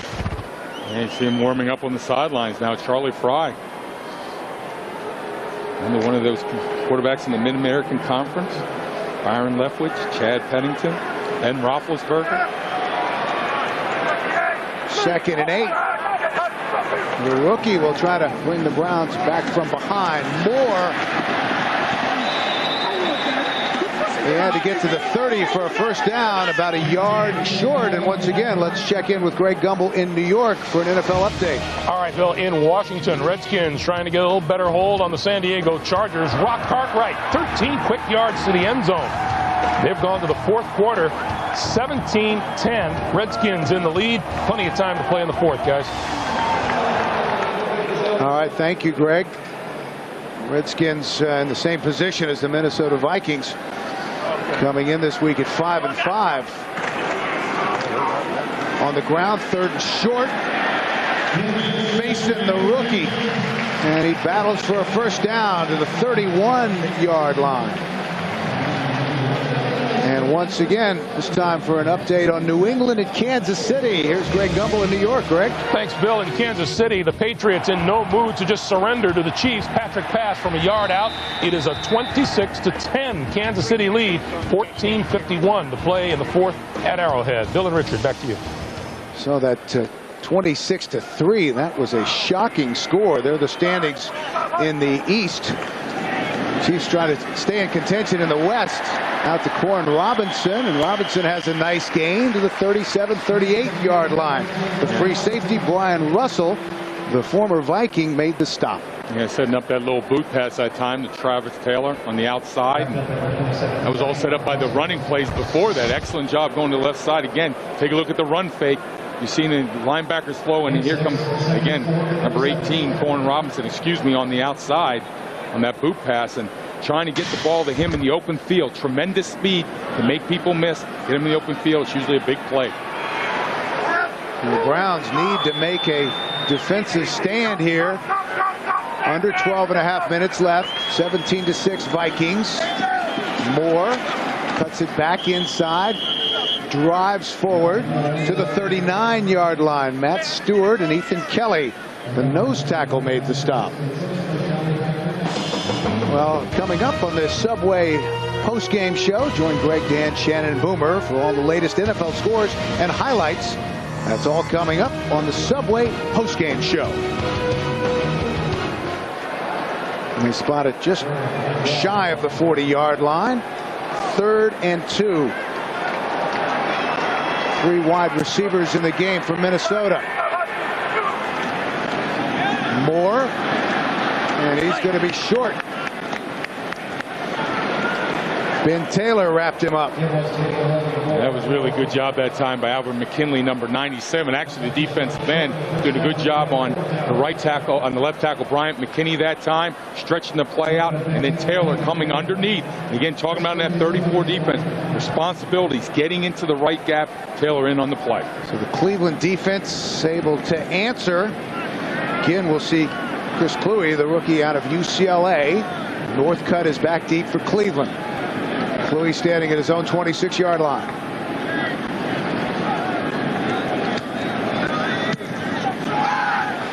High, deep kick. Northcutt will return it. Able to get forward to the 26-yard line. Heath Farwell made the stop, and we're going to see the rookie after the 44-yard punt and 10-yard return when we come back to Minnesota. The report on Trent Dilfer, an injured right knee. His return is questionable. His numbers on the day. So the Browns will try to come back behind Charlie Frye, the 3rd-round draft pick, the rookie. Intercepted. A poorly thrown ball. Sharper.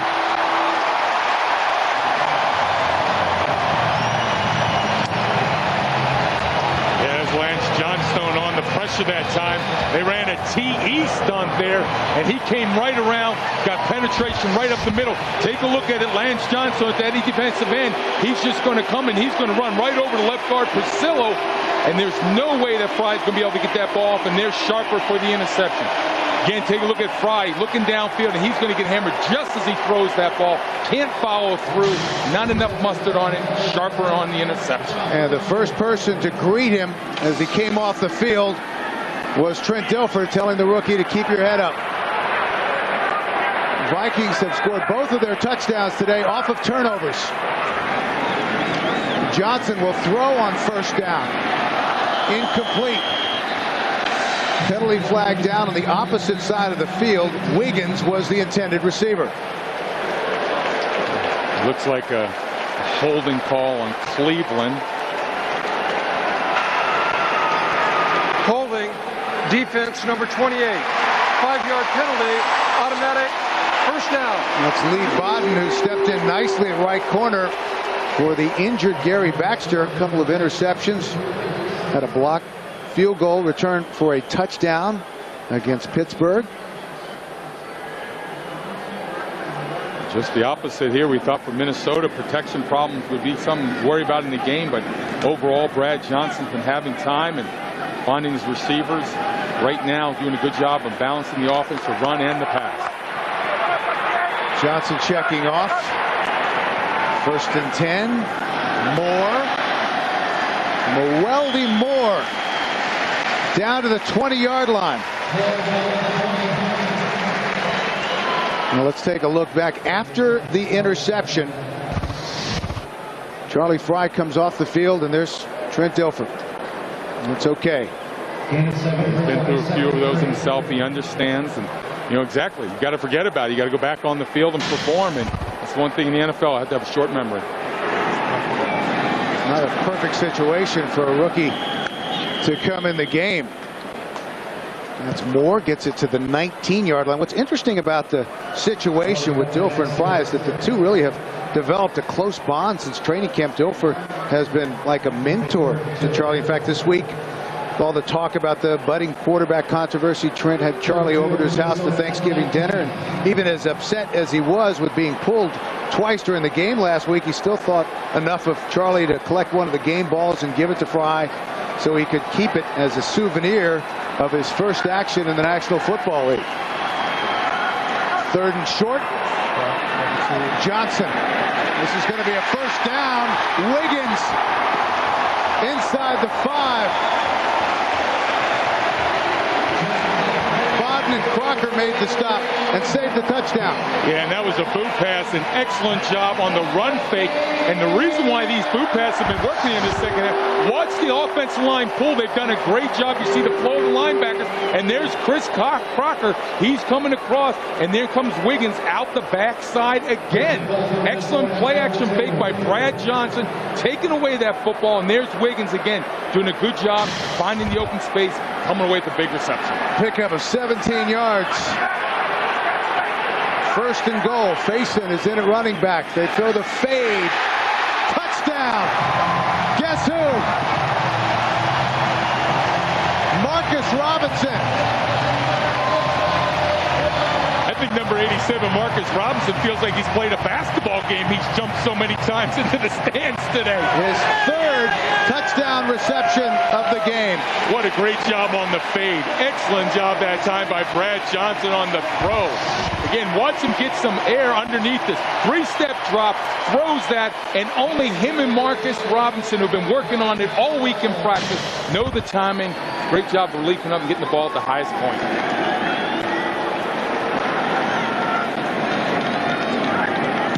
Extra point is up and good. So once again, the Browns pay the price for a turnover. A 3rd touchdown for the Vikings. 24-6, 8:47 left. The Minnesota Vikings 8:47 away from their 4th consecutive win and getting their record above 500 for the first time this season. Cribbs takes it at about the 10. Joshua Cribbs. And he was slowed once again by the kicker, Edinger. A nice return all the way down to the 43-yard line. Marcus Robinson came in with 2 touchdown receptions. He's going to leave with at least 5. Tonight on CBS begins with 60 Minutes. What's the biggest thing in home sales? It's the size of the homes themselves. See what the big deal is all about tonight on 60 Minutes. That's followed by Cold Case, a new episode in the world premiere holiday movie Silver Bells. Here on CBS, America's #1 network. Dilfer is back in the game. Incomplete pass and a late flag.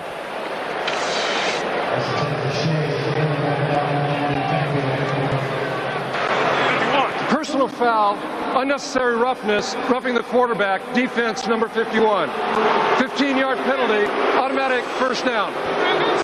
Lance Johnstone, and this may be a finable offense. You take a look at this, and this is after the pass is thrown, and then you see Lance Johnstone taking 3 steps. Goodness.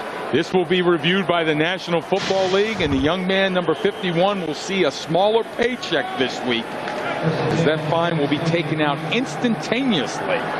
Not something you want to do or be known for in the National Football League. And Charlie Fry with the one play interception that set up a touchdown. Dilfer out to the right side. That's Northcutt trying to get a little extra yardage and maybe lost 2. Back to the 21-yard line. Devontae Edwards made the stop, the rookie out of North Carolina State. Good job on the man coverage on the outside that time. And again, you know, you see plays like what Lance Johnstone just did. I mean, it's just uncalled for. Absolutely no reason for it in the game. Second and short. Drones inside the 15-yard line. They're going to spot it just shy of the 15. No huddle offense for the Cleveland Browns. Sense of urgency right now, down 24-6 with 7:46 left to go in the 4th quarter. And then they decide, well, we should talk about it. I think maybe you want to have 2 plays called and get up to the line of scrimmage. Right now, the clock is not in your favor. Drones with 73 yards.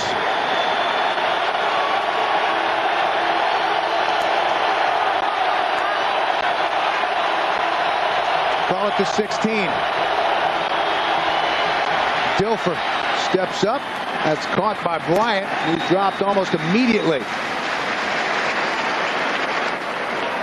Brian Williams, the right corner, made the stop. Yeah, Brian Williams makes that open field tackle that time against Bryant. Given the underneath route, he doesn't make this tackle. I'm going to tell you what, Antonio Bryant running into the end zone. Good job that time in Minnesota playing the zone, allowing people to catch the football and making a tackle underneath. 2nd and 7. Nothing doing. Again, it's Williams. And the MO for Cleveland in 2nd and long and 3rd and long is draw and screen, and that time Williams just sniffs this out. Again, take a look at it. You can see Reuben Jones trying to just escape out. It looks like he got bumped a little bit there. Didn't give him a chance to hook up with Brad Johnson.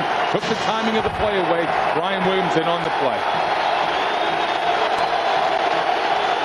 2 field goals for the 2 trips inside the red zone as the Browns' troubles in the red zone continue today. 4 down territory. They won't settle for a field goal here. Into the end zone, intercepted. Darren Sharper again.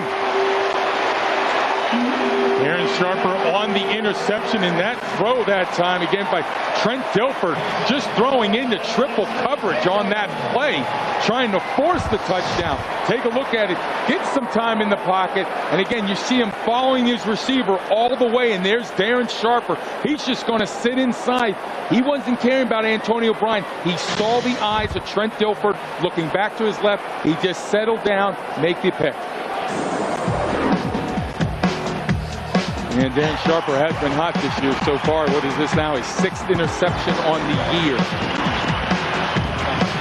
Had 3 against the Giants. He's had 2 returned for touchdowns this year. 9 career interception returns for touchdowns for Sharper. Not surprisingly, the Vikings keep it on the ground. And Darren Sharper understands the scheme of play so well. I'm talking about him. I asked him what was the one thing as a free safety that you have to be able to do now in National Football League. You have to be able to cover the whole field, see the whole offense, because what's happening on the left side will automatically tell you what's going to happen on the right side. Most interceptions in the National Football League since 2000. He said it was strange for him on Monday night to go back to Green Bay. He said, I never had seen the visitors' locker room before. It's not that nice. He said, them walking through the tunnel, he said it was just, as a member of the visiting team, was very bizarre for him. 2nd and 8. Again, it's Moore. Lowers his head. Gets it close to the 10-yard line. I haven't had a chance much to talk about number 64, Anthony Herrera. He was one of the changes we talked about in the stand-up, the left guard. And overall, he's done a pretty good job today. Excellent job on pulling, getting out, and he's got a pop. This guy's an aggressive young man, likes to knock people off the football, and that's what Mike Tice has been looking for up front, trying to get those five guys together, get a symbiosis going, and, hey, establish the running game. This guy's done good today, Anthony Herrera. Herrera getting his first NFL start today at 13 family members in town for the game, so I had to get a few extra tickets. 3rd and 2, Moore with a nice little move, and he'll get the first down. Chris Crocker's in on the tackle, and he's coming up as the 8th man in the box, but you can't wait. If you're going to fill that backside A gap, you have to be up sooner and make that tackle. That time Moore, take a look, you can see Crocker, number 25. He's going to come up on the backside into your picture. Got to come up quicker than that. You've got to fill. Moore seeing that. A great hole that time, but that's the vision of number 30, Moore. Finds those little gaps, gets the first down. Now the Vikings 7 of 13, 3rd down conversions. There's a timeout on the field. And this programming note, tomorrow on an all-new Late Show. Don't miss Stupid Human Tricks. And Thursday, Oprah joins Dave for a Late Show everyone will be talking about. Dave's all new, all this week on CBS, America's #1 network. Well, you talk about the history of the Minnesota Vikings, and Richard, you've got a little bit of history, but you did it when it was a little tougher. Outdoors. Outdoors in the to old, sell hot dogs and hot chocolate? At the old Bloomington, Minnesota Veterans Stadium. Yes, I did. 2 years. Moore. Andre Davis, middle linebacker, made the tackle. Here's what the Vikings have left. 4 of 6 at home, including today, and they finish it up here in the Metrodome against the Bears. What a way this team, you know, my hat's off to Mike Tice. Like he said, you know, he didn't have any answers for all the extracurricular activities that were taking place off the field.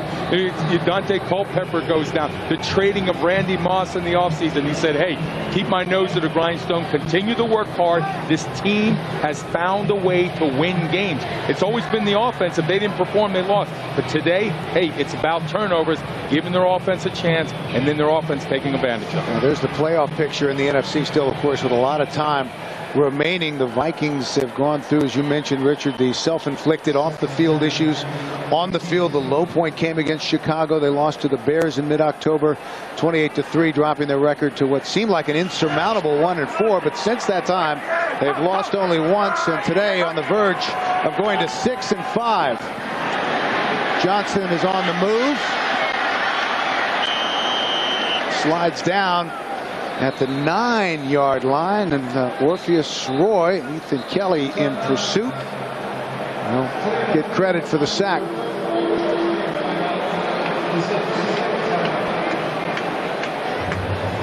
Well, a big college football weekend coming up here on CBS next Saturday. It starts with one of the greatest spectacles in all of sports.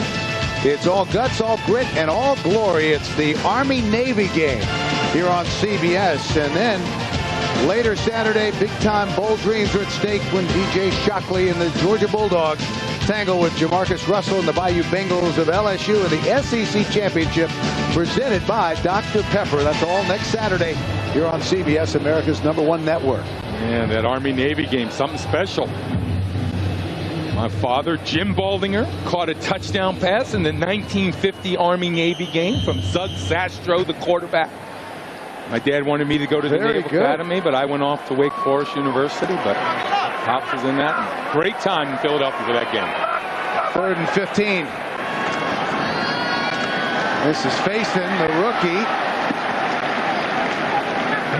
Brought down at the 19-yard line. And what you're seeing out of Minnesota right now, and I'm really liking in the second half, and this is what Mike Tice talked about, his offensive line. Much better athletes. Get out front, pull. Just not straight ahead, but can get to the corners. And you're seeing that now, the mixture. Sweep to the outside, come back inside, and that's what he feels right now with those 5 guys. I think he's finally got some type of chemistry going. Mike Tice watched his Vikings come back, rising from the ashes. After today, they will have won 5 of their last 6. Dennis Northcutt back deep for Cleveland. We have a timeout on the field. The Vikings have called it with 3:20 left to play.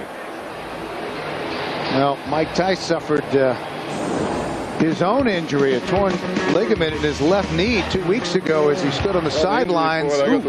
14 years in the National Football League, no injuries in here, standing on the sideline. Get wiped out on a punt return. That's kind of embarrassing. I guess I was turning and yelling at somebody. All those years in the league, I never got my knee hurt. Here I am standing on the sideline, and I get injured. Game against the Giants. He's still mulling over whether or not to have surgery. He was fitted for a larger brace this week, which he says gives that knee a little more stability. Moving well. So after the timeout, Vikings will punt. Clock running. Northcutt up forward. Takes it at the 41. Runs into his own teammate. Trying to get back to the other side. Still on his feet. Fights for extra yardage. Gets up close to the 48-yard line. A 41-yard punt. And at the end of the day, a 7-yard return. Well, next Sunday, doubleheader Sunday here on CBS. The playoff race takes shape as the Titans take on Peyton Manning and the unbeaten Colts. Chad Johnson and the Bengals battle Hines Ward and the Steelers. Then Jake Plummer leads the Broncos against Trent Green and the Chiefs. Check your local listings, beginning, as always, with Greg, Dan, Shannon, and Boomer on the NFL Today.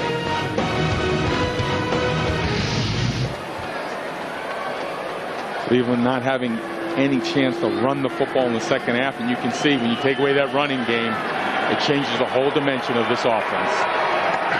1st and 10, Cleveland will throw. Dilfer able to keep his feet, stumbles forward, and then goes out of bounds in Minnesota territory. Combination of a hobble, a shuffle, and see that right knee not able to put any pressure on it at all. Well, Romeo Crennel, his first year as head coach of the Cleveland Browns. He's made a lot of changes. Where do the Browns go from here? Do we see Charlie Frye a little more? Well, we're going to see what happens with Trent Dilfer in terms of his knee. You know, just now after this game, they're going to check it to make sure physically he's okay, that there's cartilage or ligament problems on it. And there is, and yet Charlie Frye's going to have to step in and play some. 2nd and 5. Dilfer again has to scramble. Slings it out close to the sideline. That's Frisman Jackson. Jackson is close to a 1st down. Let's see what's ahead for the Cleveland Browns. At home against Jacksonville, and then Cincinnati, a road game at Oakland. And then they've got Pittsburgh and Baltimore at home. 5 tough games, but you know, you watched them last week against Miami. The one thing they could establish was that running game, and it brought a whole new mentality. And today, since the first quarter, really haven't been able to do much, and they've struggled since then in the offense. 4 of those games against very tough defensive units. Dilfer, Drones couldn't hang on, and that was close to being another interception. One thing they're going to have to work on is catching the football, too. Too many tipped balls today going across the middle, and usually that means bad things, and it has been for Cleveland's offense. Take a look at the bobble coming across the middle as he drones. Just right off his hands, have to be able to catch that ball first. That hit Dontarius Thomas in the helmet. And Dilfer has been victimized by 4 or 5 drops today. 2nd down, and that's caught. And Jackson did a good job hanging on.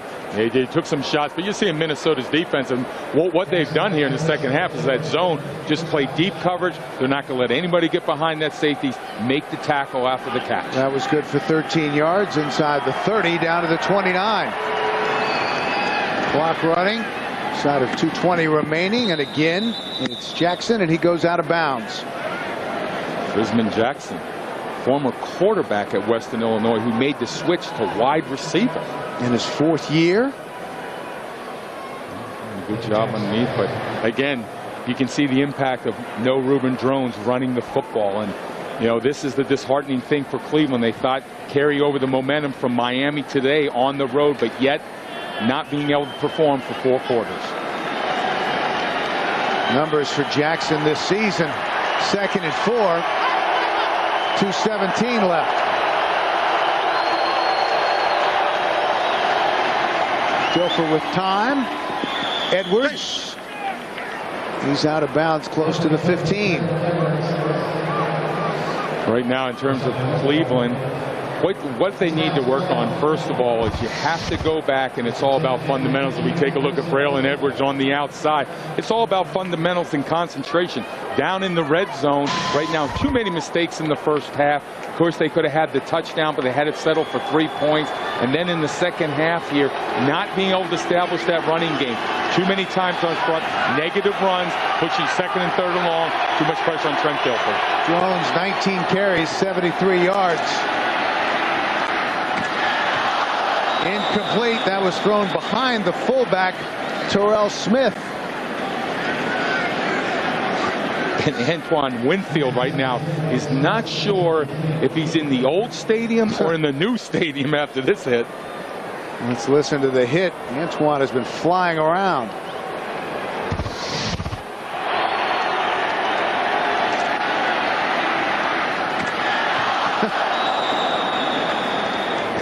Well, he was getting ready to deliver the blow, and then he saw the ball pop up, and he came up. And Terrell Smith just got up off the ground and said, hey, did a fly hit me or something? That ain't gonna bother me. Terrell's a big man. Used to block for Ricky Williams when he was with New Orleans.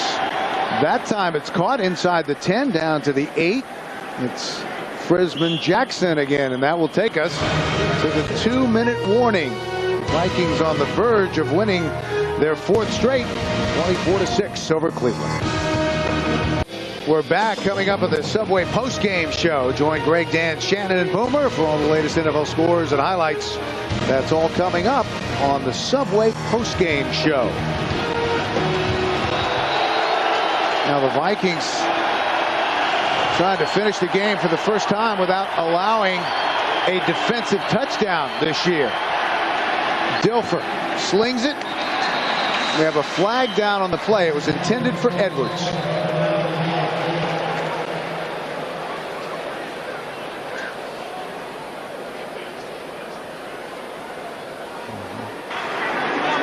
Offside.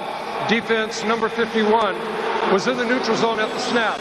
This penalty will be assessed half the distance of the goal. Result will be a first down. Lance Johnstone trying to creep up as much as possible, get that jump on the offensive tackle.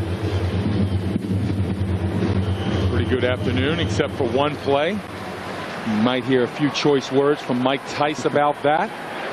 Taking a long run, like he's going to be doing a long jump to hit a quarterback afterwards, isn't going to sit well, Mr. Tice. First and goal. And this is all about pride for the Cleveland Browns.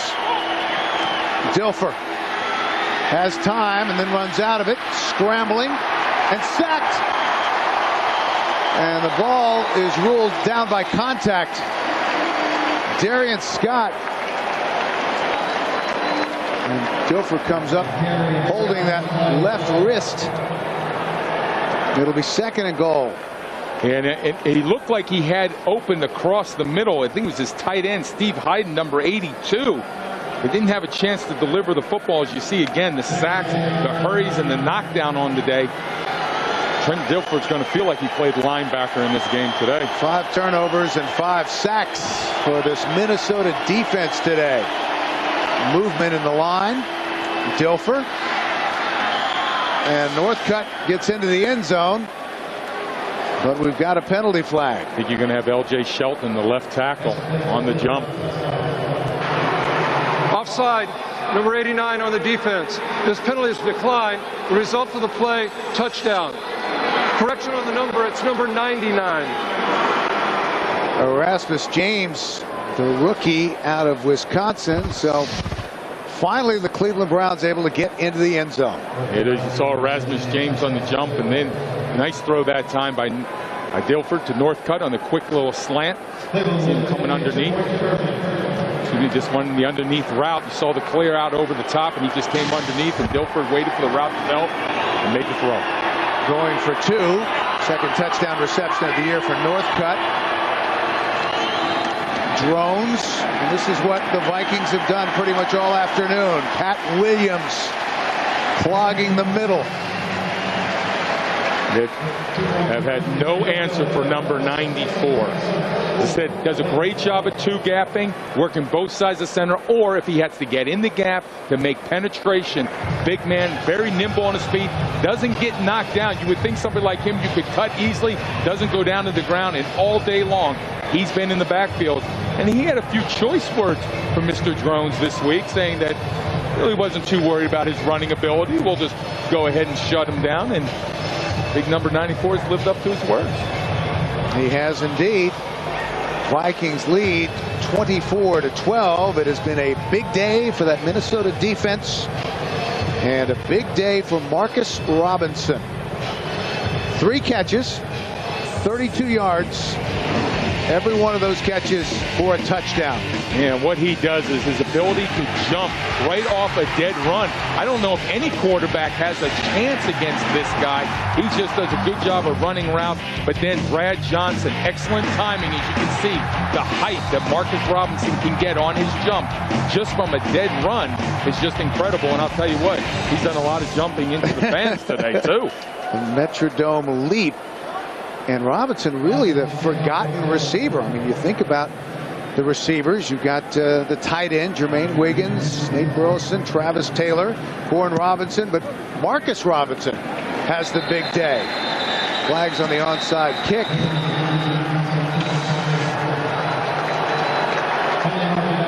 Wiggins with the sure hands. I had that all along, he says.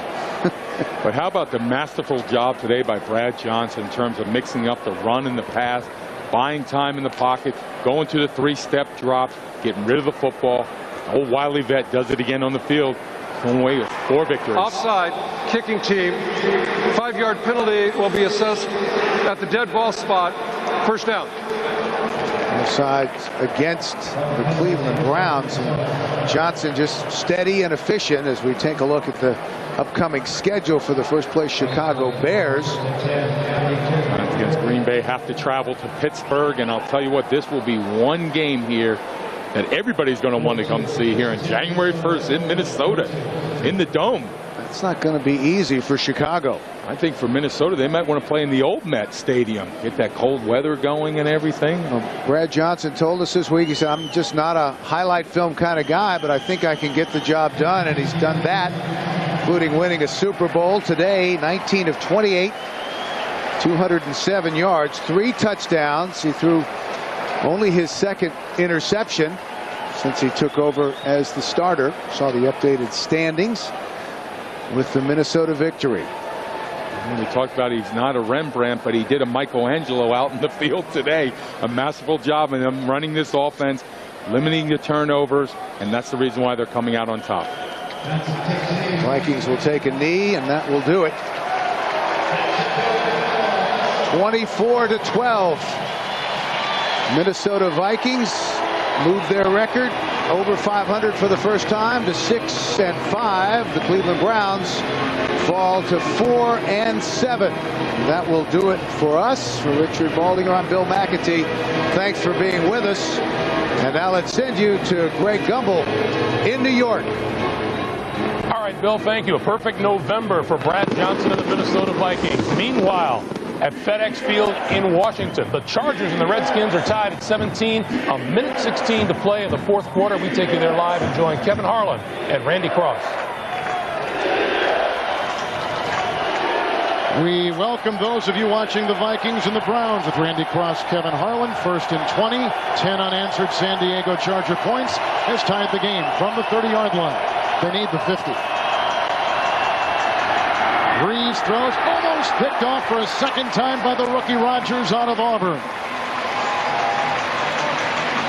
Well, what a perfect play by Carlos Rogers, trying to drop the ball right in that little crease behind the corner in front of the safety. And Rogers does a nice job of getting up there and knocking it away. This is zone coverage all the way. And he falls back and collapses into the play to knock it down. Antonio Gates, who is very questionable to start this game for Marty Schottenheimer, has had one grab today and a couple of drops. Second down, 20 from the 30.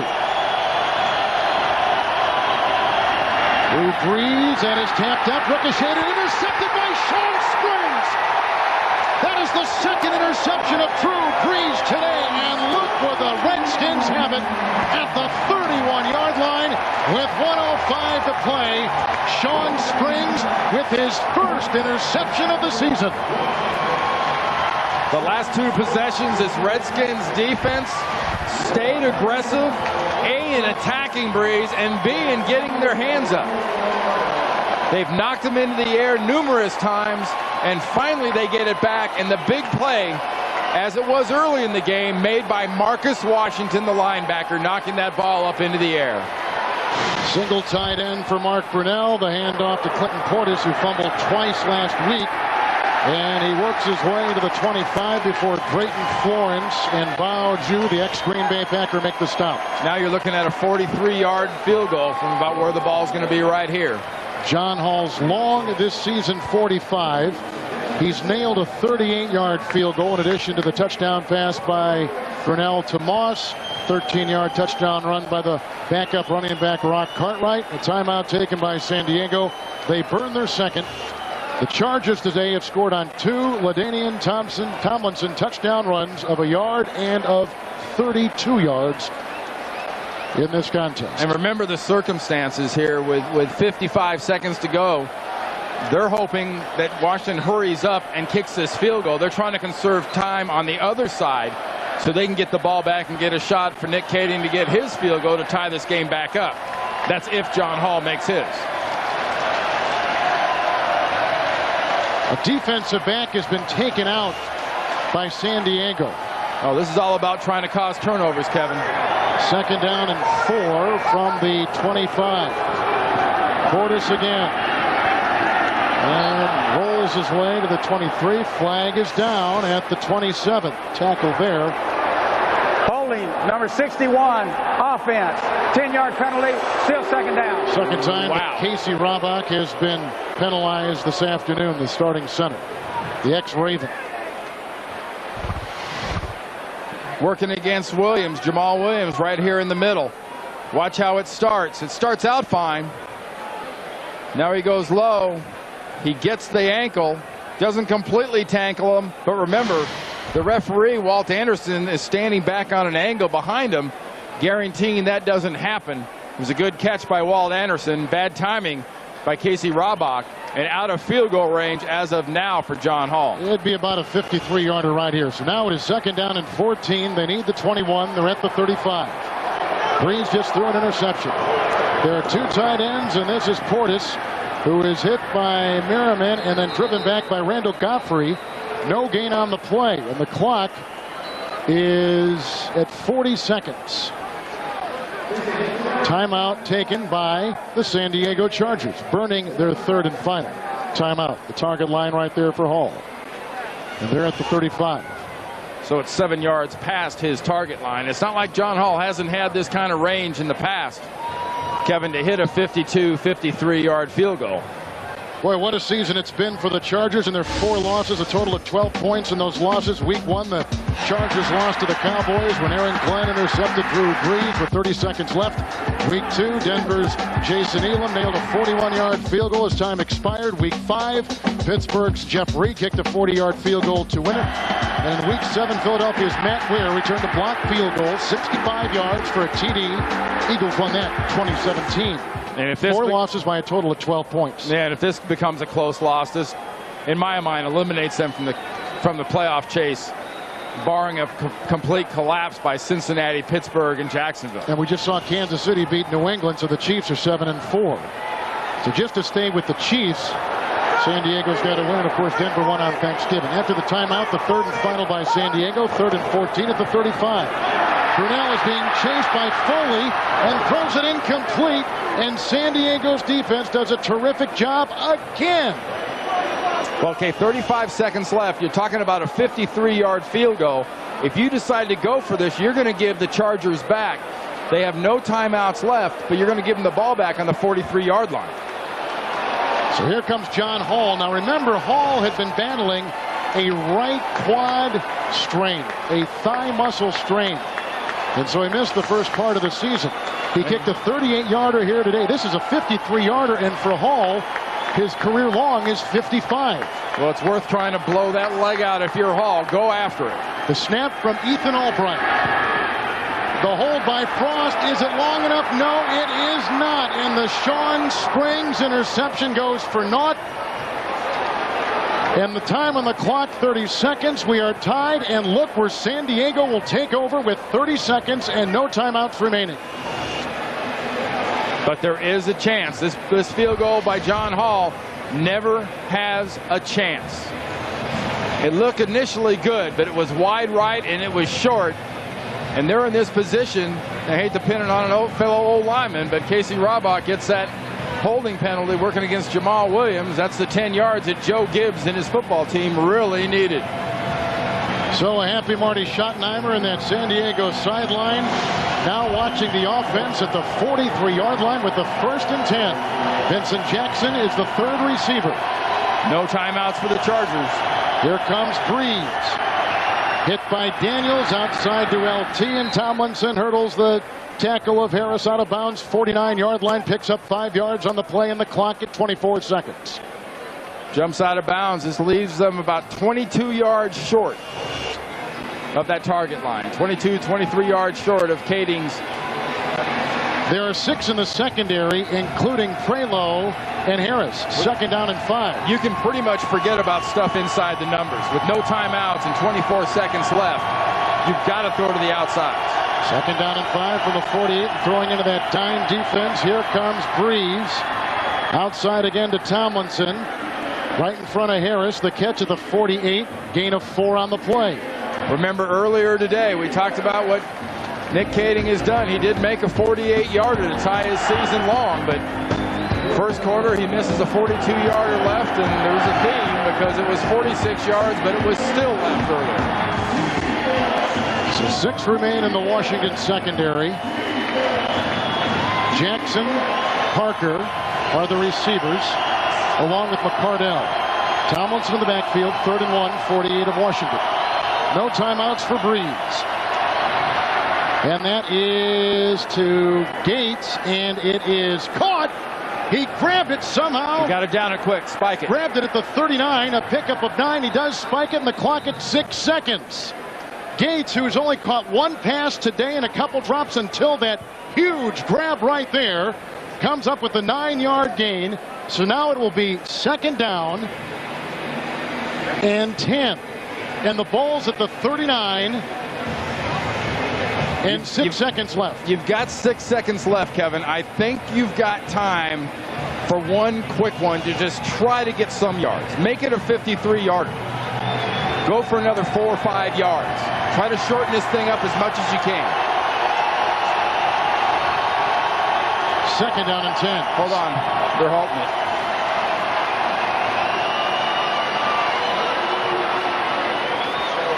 So again, Gates catches it for 9. They got to the 39. Breeze spiked it. That was 1st and 10, so now it is 2nd and 10.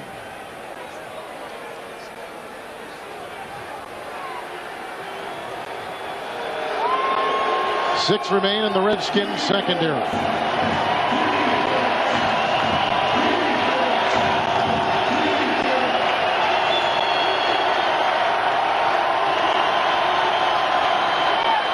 Breeze will throw it away. There goes the flag. Yep, motion. Boy, that is costly. False start, number 85, offense. 5-yard penalty, still 2nd down. Today we've seen why both these teams are playoff contenders. And we've also seen why both these teams are on the lower rung of the playoff contenders in this league.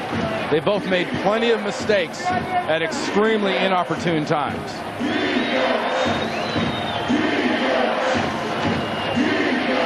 Still 6 seconds. No timeout for the Chargers. And to just be reasonable, I'm talking reasonable, you need 8 yards. 8 yards set up a 53-yard field goal. Back at the 44, it's second down and 15. No changes either way. Out of time, Breeze is taking, winding up and going deep into the end zone, and it is deflected and intercepted.